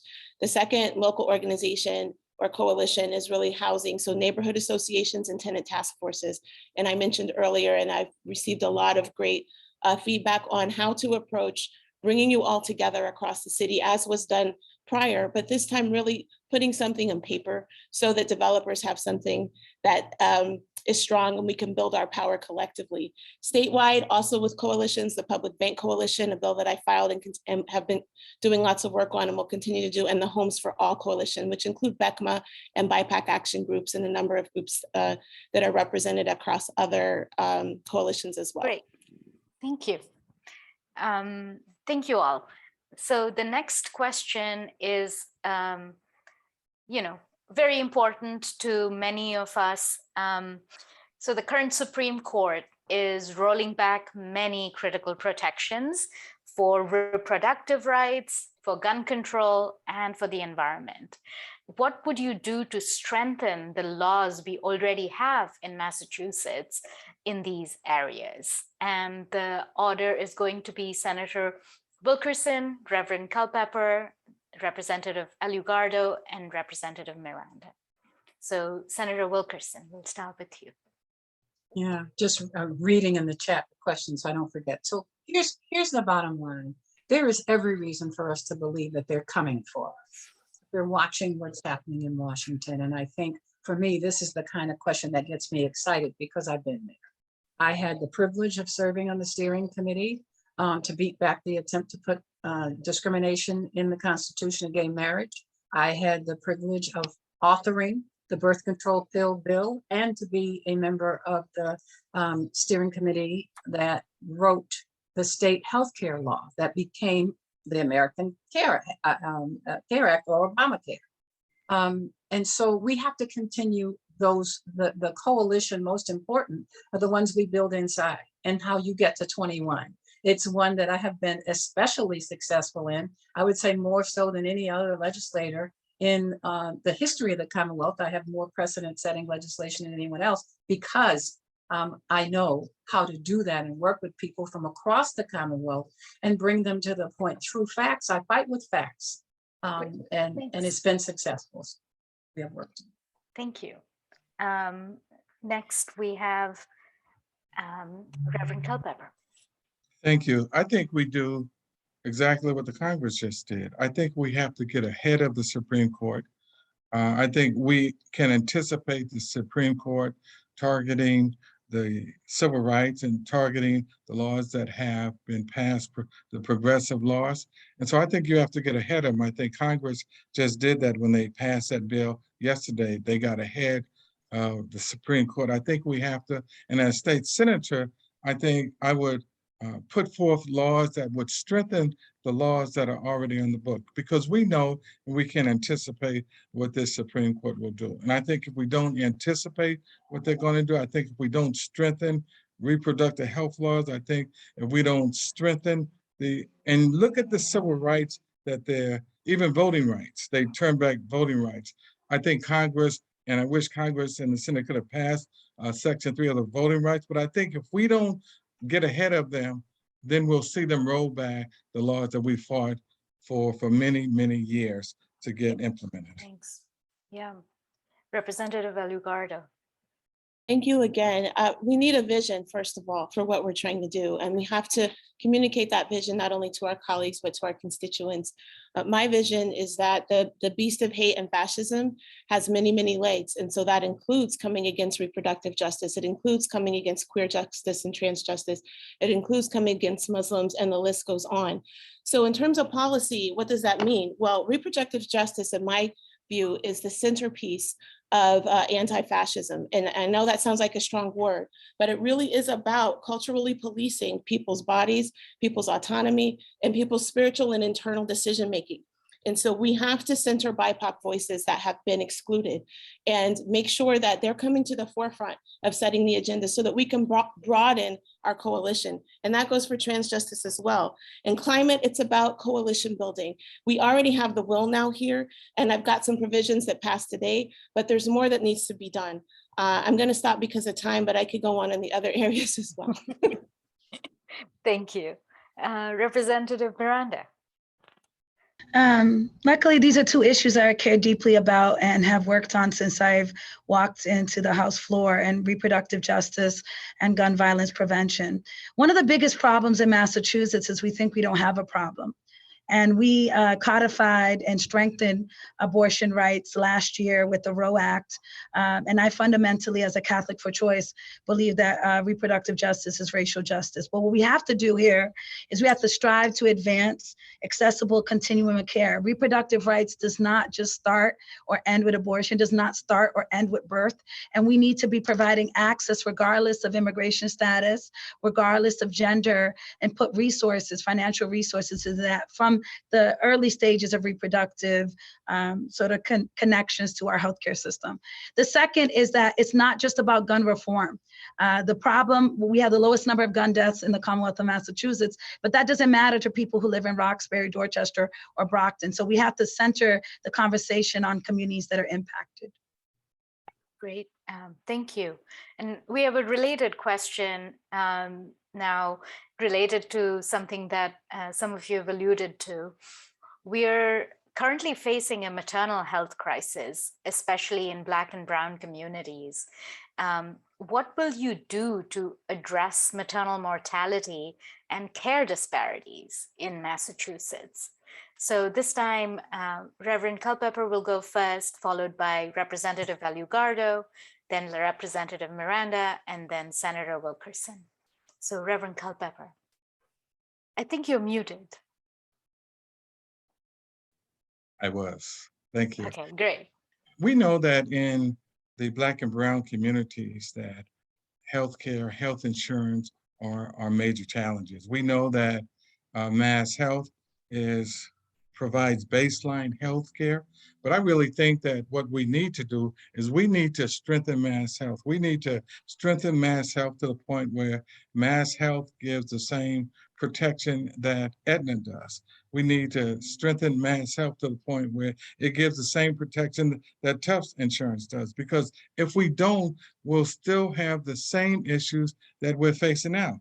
Mothers need to go in early in their pregnancies. They need to have early prenatal care just like everyone else. And so I believe that if we strengthen Mass Health, give Mass Health give folks the same benefits that Aetna and the other insurance companies have, then we'll see that issue and we'll see that the healthcare in our community will become quality healthcare just like the other insurance companies provide for. Thank you. Thank you. Representative Valugardo. Thank you. This is an issue core to my heart. One of the first bills that was handed to me when I came was a maternal health bill. And I said, you know what, my district is majority white. I would like to offer Rep. Miranda instead the opportunity to file this bill. And so the person who drafted that bill, Pat Haddad, said, okay, go ahead and do that. And Rep. Miranda has carried that faithfully and become, I think, almost like a national leader on this issue. So whatever she does next, we don't know who's going to win this. So whether it's in the Senate or elsewhere, I'll definitely get behind wherever she is on that. We need to continue to make sure that midwives and doulas who reduce healthcare disparities, and that's documented, are paid fairly and that they are accessible. We need to build a pipeline of people of color who provide the services, because we know that that reduces disparity. And I've done research on that stigma before coming here and on that disparity. I'm already working on a bill to quick certify immigrants who have come from abroad with medical degrees so that they can provide that care. Great, thank you. Representative Miranda. First, we should be listening to Black women. Black women have been leading the effort of safely birthing our children, but also taking care of other people's children. So in my first year, thanks Rep. Valugardo, we worked a lot on passing the Maternal Inequities Commission that just filed a report on April 30th with a bunch of recommendations. Thankfully, we had already filed my office a bill on doulas and midwives, but secondly, also filed a bill on postpartum coverage to cover birthing people post 60 days to a year. Some of the other recommendations that came out of that needs to go into an omnibus bill. We need a full-fledged bill that is about caring for Black and Brown people in the Commonwealth, having a FEMA system. We don't actually count and know how many of our children we're losing across the state. We also need to invest in birthing centers. One of the last birth centers in Massachusetts in Peabody is set to close. So those are a few of the recommendations that I would work on. Thank you. Senator Wilkerson. You know, I think in addition to the advancing work that has been done by Rep. Miranda on this issue of Black maternal health, is that we have to acknowledge kind of what this is about, right? So, and I say that to say, one of the things that we were able to do with the Black Boston COVID-19 Coalition, a joint study with Fenway Health, and the title of the report is called We Thought You'd Never Ask. We went all over our community during COVID, asking people as we had them on the ground, about their relationships with our healthcare institution. Why didn't you want to participate in the studies? Why don't you have a PCP? And I think it seemed like a novel idea, like let's go ask some Black and brown people, right?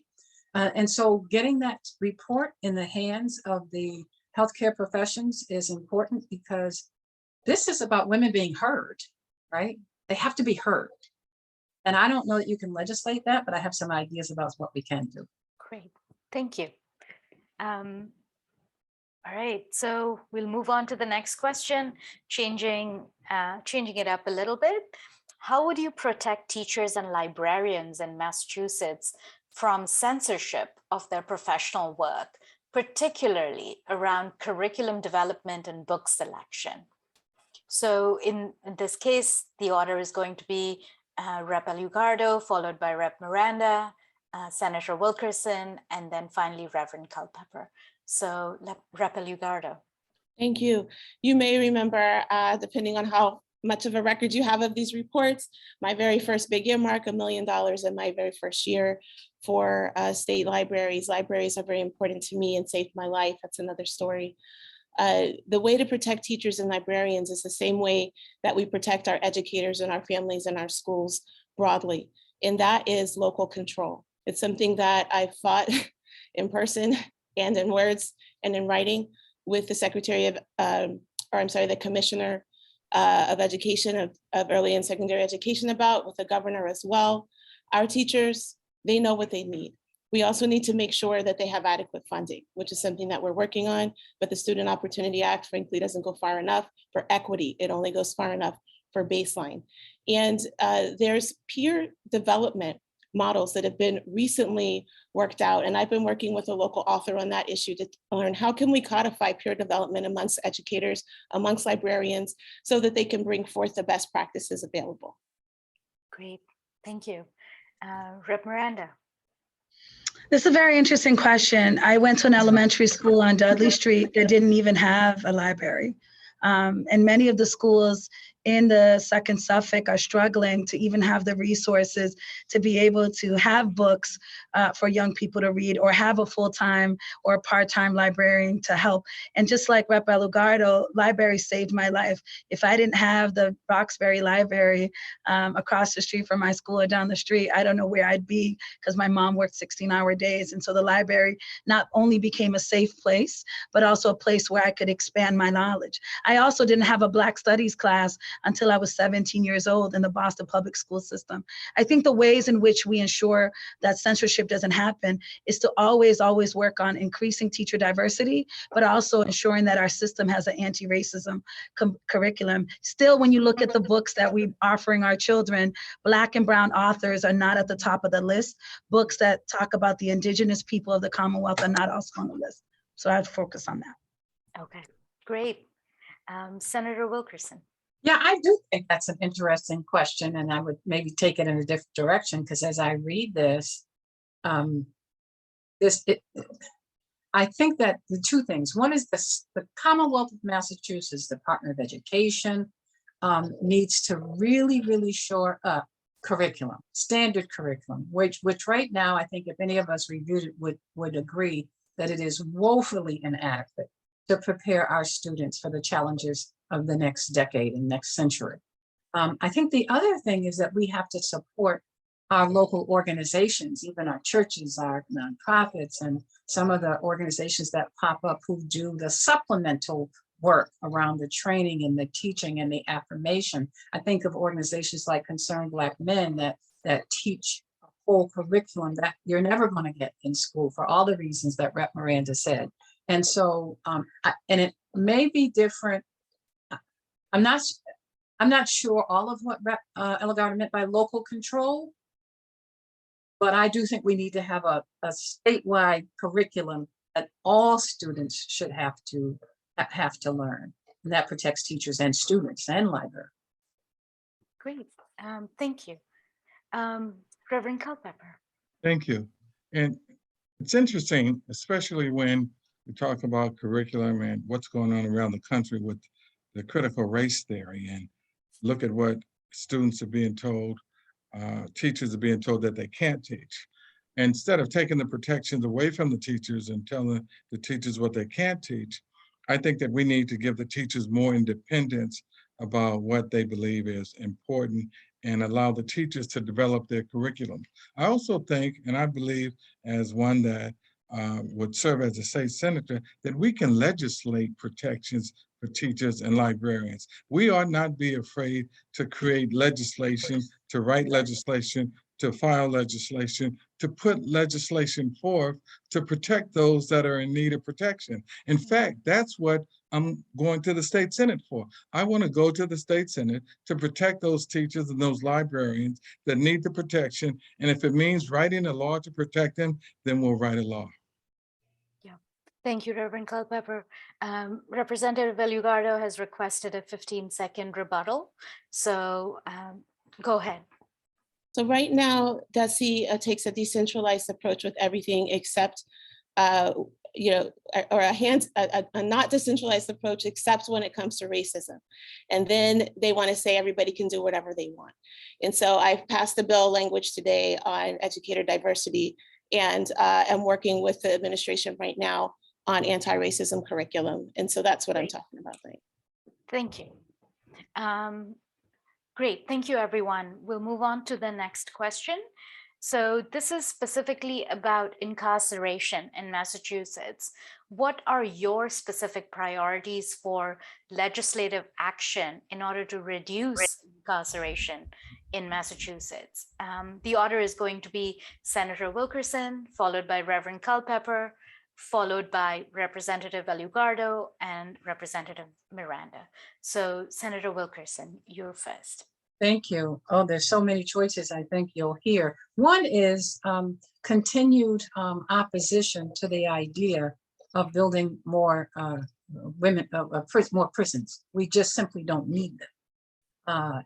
And second, I think we have to focus on the Pampers to prison pipeline that continues to fill the spigot that we cannot turn off of our young Black and brown men in particular, and a growing number of women, by dealing with the social determinants of health and all the other things I think I and the other candidates have spoken, that we get them on the front end.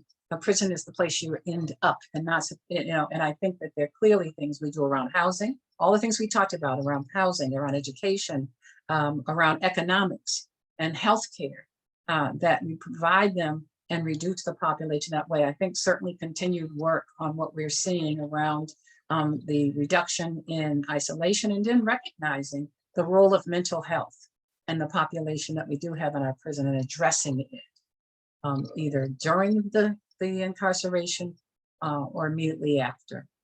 Okay, thank you.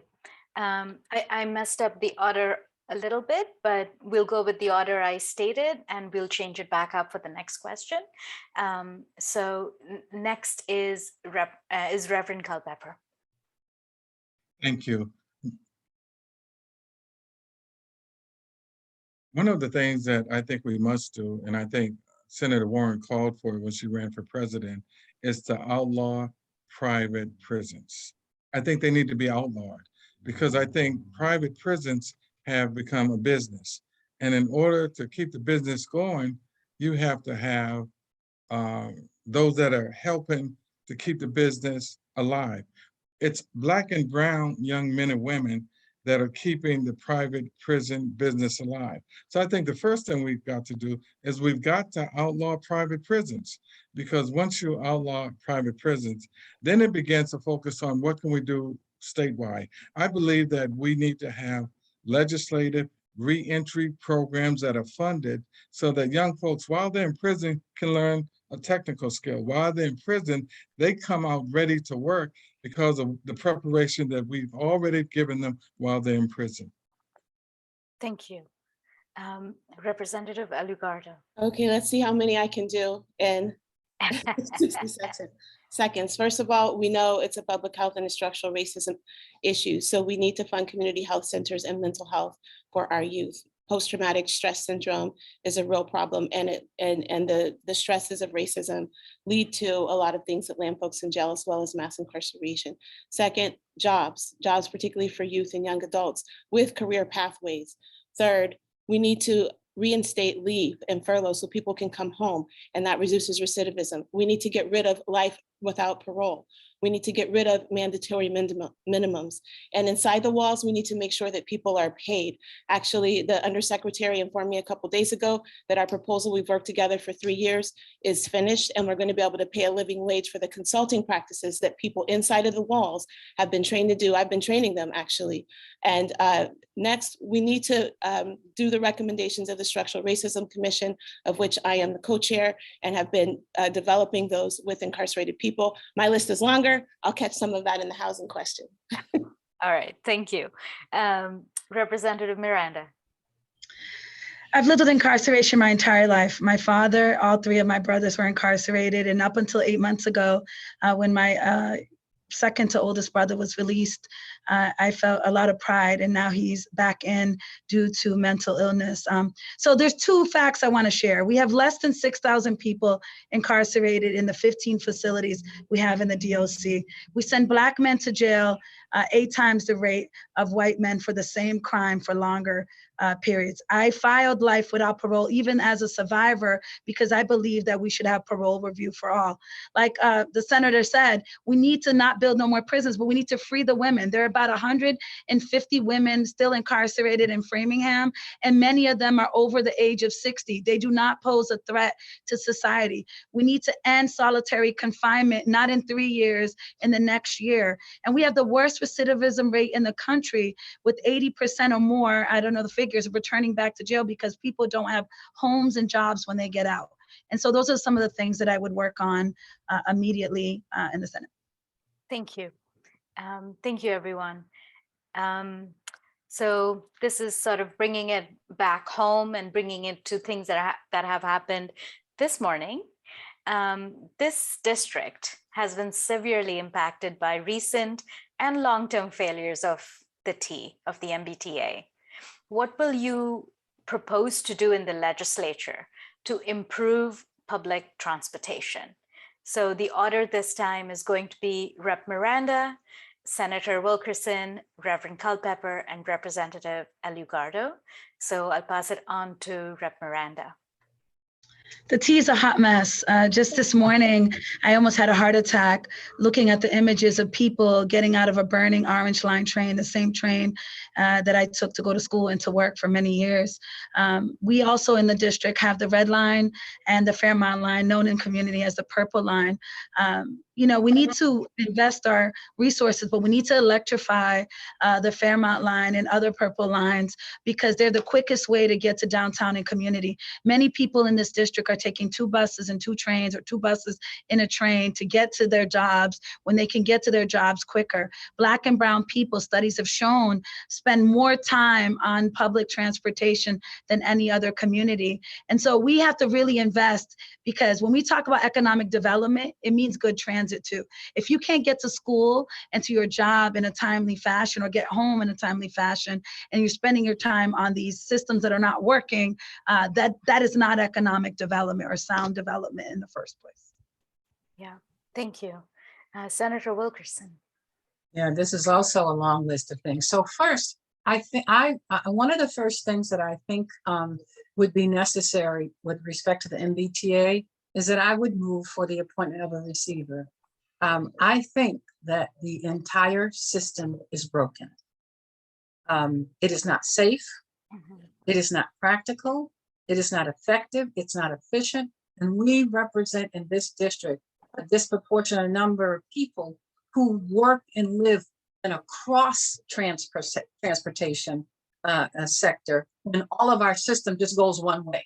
So everybody has to travel in town and then go back out and go where they need to go. We need a cross transportation system. We need to involve an entire district and community in the planning, so you don't have different plannings for different ends of Blue Hill Avenue and a different one for Center Street when we're all trying to coexist. I certainly do, while I support free transit, I wouldn't advise transit on a system right now that's under federal investigation. It seems like somebody dies, is hit by the train's blowing up, the brakes don't work, the train's on fire. They're dragging people to death every single week. And to think, yeah, Your I'm sorry. time's up.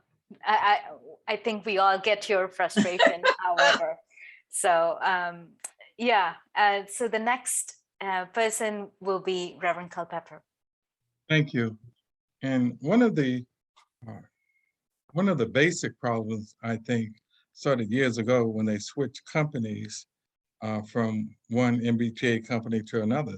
They brought in a company that had no experience whatsoever with the MBTA in Massachusetts. They brought them in from another country, and they came in having no knowledge whatsoever about the MBTA system. I think that we really need an assessment. I think we need to start from A all the way to Z. We need to make an assessment.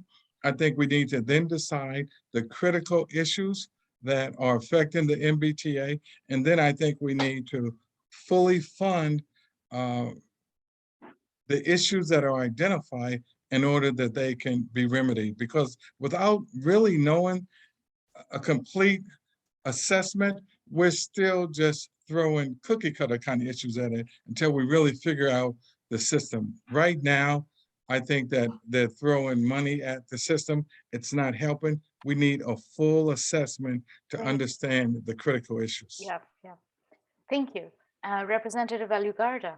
Thank you. Well, first, we really got to work hard together as we're doing in this ward and across Boston to pass the Fair Share Amendment.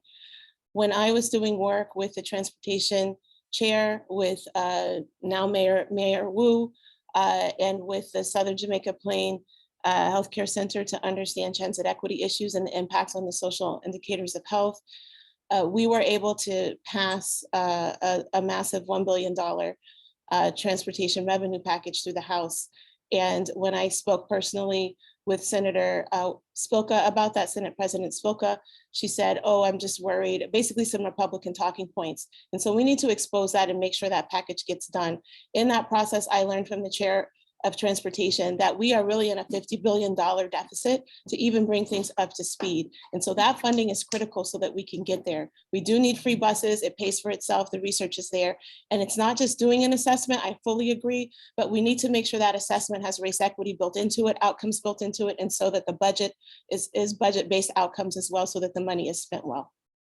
Okay, great. Thank you all. I realize this question is loaded and we all are affected by it. So I appreciate all of your passion. So we're at the last question. And again, this is a two-parter. Do you support same-day registration? If yes, what steps would you take to overcome the barriers to passing this bill? As you know, it failed to be included in the recent Votes Act. If you do not support same-day registration, what do you support to extend voting access in Massachusetts? And the order is Reverend Culpepper, followed by Representative Alugardo, then Representative Miranda, and then Senator Wilkerson. So Reverend Culpepper. I support same-day registration 100%. I think it's something that we need. We don't need it tomorrow. We don't need it next month. We need it yesterday. Because it's amazing how it disenfranchises some folks that don't get a chance to register. And they may put it off, and they may put it off, and they may put it off. But there's no reason why they shouldn't be able to register on the same day and vote. When you look at the number of states that have same-day registration already around the country, and you look at Massachusetts, the state that we call one of the most progressive states in the country, and we don't have same-day registration, it's one of the things that I would push for, one of the things that I would go to the Senate to make good trouble for, so that we can have same-day registration. We need same-day registration. We need same-day registration right now. So on September 6th, folks can go register and vote for Senator Culpepper on that same day. Thank you. Representative Alugardo. I wish that had I not been running for office, you would have so much information on the best day of my life professionally, which was the floor debate on Election Day registration.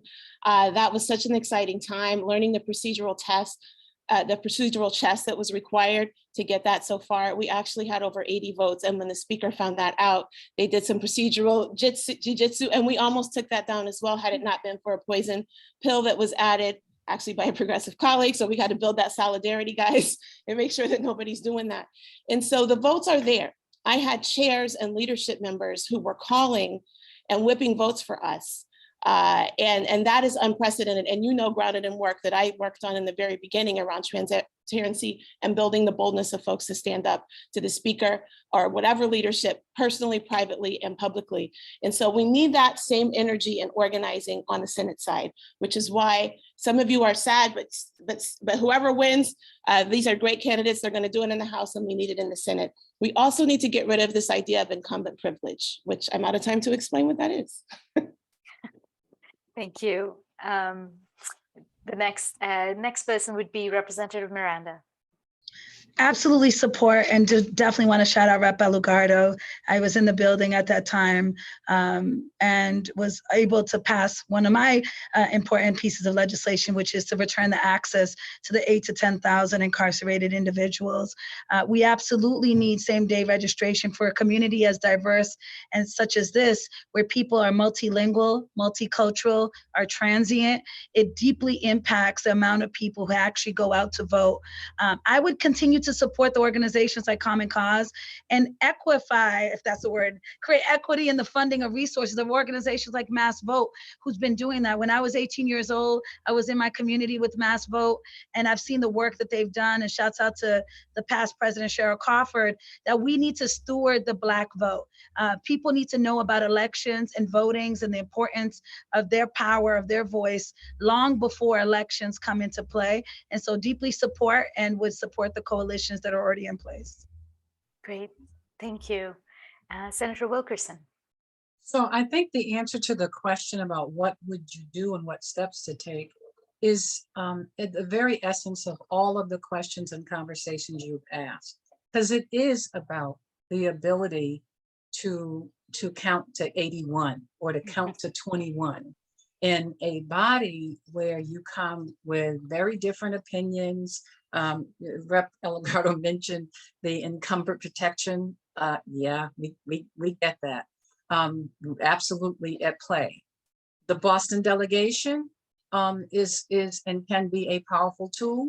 We have to have united positions on this. We didn't even have unity with respect to the Black and Latino caucus on the issue of same-day registration. And so we have work to do. And that is really about the biggest test and the most important test, the skill set of a state senator, state representative, and that is to get to 21 on votes where people are supporting things that they don't necessarily want or like. That's a skill set I've demonstrated over and over. My legislative history supports that, and we'll have to do it again on the floor of the Senate to get this vote passed. So important. Yeah, thank you. Another issue that I can see all of you are very passionate about, and as am I, but that doesn't matter. So I think we are done with the question and answer portion, which brings us to closing statements, which again, all of you will get 90 seconds to close out. And the order will be Reverend Culpepper, followed by Representative Lugardo, then Representative Miranda, and Senator Wilkerson will go last. So Representative Culpepper, 90 seconds. Not Representative Culpepper. Sorry, Reverend. Senator Culpepper. Senator, I see. No, Reverend. In my notes, it's REV and REP, and hence the confusion. Thanks, Eva, for restarting the timer. It's okay. It's okay. I appreciate the opportunity to talk to Ward 19 tonight. What a great conversation we had on some critical issues affecting the 2nd Suffolk Senate District. I can say that I'm running for the state Senate because when COVID came and there was a call, I organized the COVID Clergy Committee of Boston. Not only did we start testing, but we actually did vaccinations ourselves. We actually encouraged the community to come out and get vaccinations, and we did vaccinations at our church. not only did we do vaccinations, but the COVID-19 Clergy Committee really, I think, significantly made sure that folks had masks and PPP early on at no cost when no one else was. Not only that call, when it came to folks needing to be fed during COVID, if you remember, there were long lines of folks that were trying to just get food for the night across the state. It was Reverend Culpepper that answered the call. I did the $10 ministry. Just giving folks $10 at this store made a big difference. We still give 200 boxes of food every 2 weeks because it's not over. Folks are still struggling. When Charles Morrell was attacked by the white supremacists, I answered that call. I went down, I stood with him. I still stand with him. I still fight with him. I still work with his team. And I still stand for justice and equity and peace. I'm in it to win it. My name is Reverend Mignard Culpepper. Vote September 6th. When I win, we all win. Thank you so much. Thank you, Reverend. Representative Elugardo. Thank you so much for having me, and thank you to my fantastic colleagues as well. All three of you are incredible candidates. We really are asking a question here. How do we get beyond the diagnosis of a problem to the solutions? How do we get out of the symptomatic and filing bills that only address symptoms, which we have to do? We have to stop the bleeding. But if our body has a cancer, stopping the bleeding on a cut or even a lost limb isn't sufficient to save the life of this system. So to be systemic, we have to get beyond diagnosis into appreciative inquiry.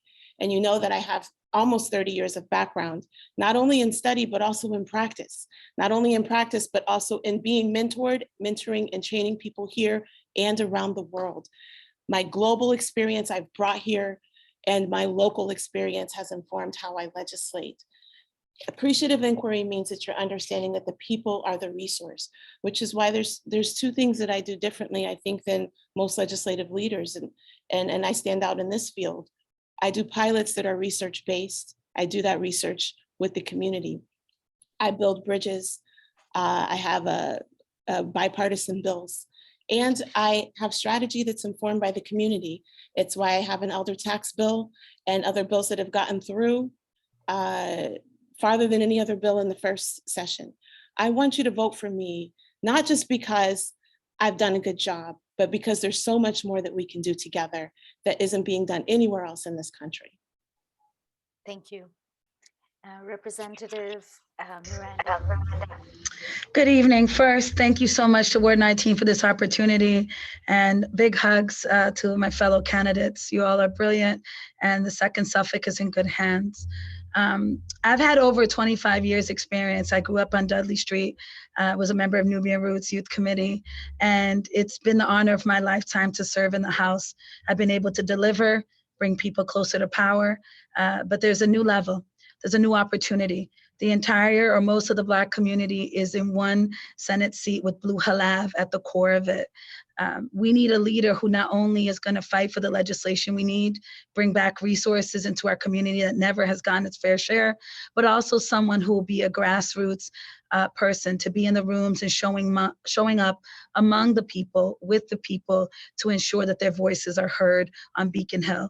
Whoever is the senator of the 2nd Suffolk will inherently be the senator of the Blackest district in the Commonwealth, which means that Black people everywhere in the state of Massachusetts will be looking to that leader to ensure that they work on the issues that matter to them most, whether it's recovery and revitalization from COVID-19, whether it's ending mass incarceration, whether it's birthing justice, or improving our economic status here in the Commonwealth. That person will be leading that effort. I hope that you will look into my candidacy, and I hope that you will consider voting for me on September 6th. Thank you, Rep. Miranda. Senator Wilkerson. Thank you. I too want to say, the Commonwealth is going to be in good hands. The 2nd Suffolk will as well. I thank you to Ward 19 for the invitation and for the detail and of the information and experiences shared. I am running because I love my community, and the redistricting is just that. This isn't new. I started representing the district that was the Blackest district in the Commonwealth, and in redistricting, the communities of Chinatown came to the hearing and said, we want to be moved to the 2nd Suffolk District. Highest honor of my life as a legislator is people asking for you to be their senator. But then COVID happened, and everything that was already bad for Black and brown people in Boston, Roxbury, Dorchester, Mattapan got worse. We lost 2.5 years of life expectancy. Every single week for 2 years, more Black people and Latino people died. We are 23% of the population and never had 1 week where there were less than 32% of Black people dying from COVID. Not once. We're the only population in the city that died disproportionately higher than our very presence in the sector. So I have that experience that we talked about in moving people to CONSItions that they're not necessarily popular, from wrongful conviction compensation, the birth control pill bill, anti-predatory lending, the CRA and insurance, the first and only in the country. That is what I bring, asking for your support. And I am humbled by the opportunity to be here with you. Thank you. Thank you. Thank you to all of you for your passion and for your wonderful, thoughtful responses. And thank you for making it easier for me to moderate my first forum. So, and apologies for any mistakes I may have made along the way. And we really appreciate all the information you've given us. For everyone out there, there is information about all of the campaigns in chat, and you can find out more on their web pages. So thanks again, and I will hand this off now to our ward co-chairs, David and Karen. Hi, everyone. Thank you so much for being here with us today. It was very informative. It was great to see you all again. Have seen most of you across during my time here in Massachusetts and in politics. But it was very informative, and we thank you all for being here and being part of this forum. We also would like to thank some of the organizers for Ward 19, Steve Backman, John Bazar, Carrie Costello, Ziba Kramer, Esther Kaplan, Radhika Kanima, Nikia Kong, David Osevet, who's co-chair, myself, and Helen Raisin, who's the co-chair of the Issues Committee, and Lisa Stevens Goodnight, who's also on Ward 19. We also like to thank the people that wards that helped publicize this event for us, and that would be Ward 10 and Ward 11 in the city of Boston. Thank you all so much. Looking forward to seeing you all on the campaign trail. I just want to tell you personally, it was very inspiring to hear and to see people talking about issues of people of Black and brown communities that were Black and brown. Thank you very much. I look forward to seeing you all on the campaign. Good night. Good night. Thank you again. Good night.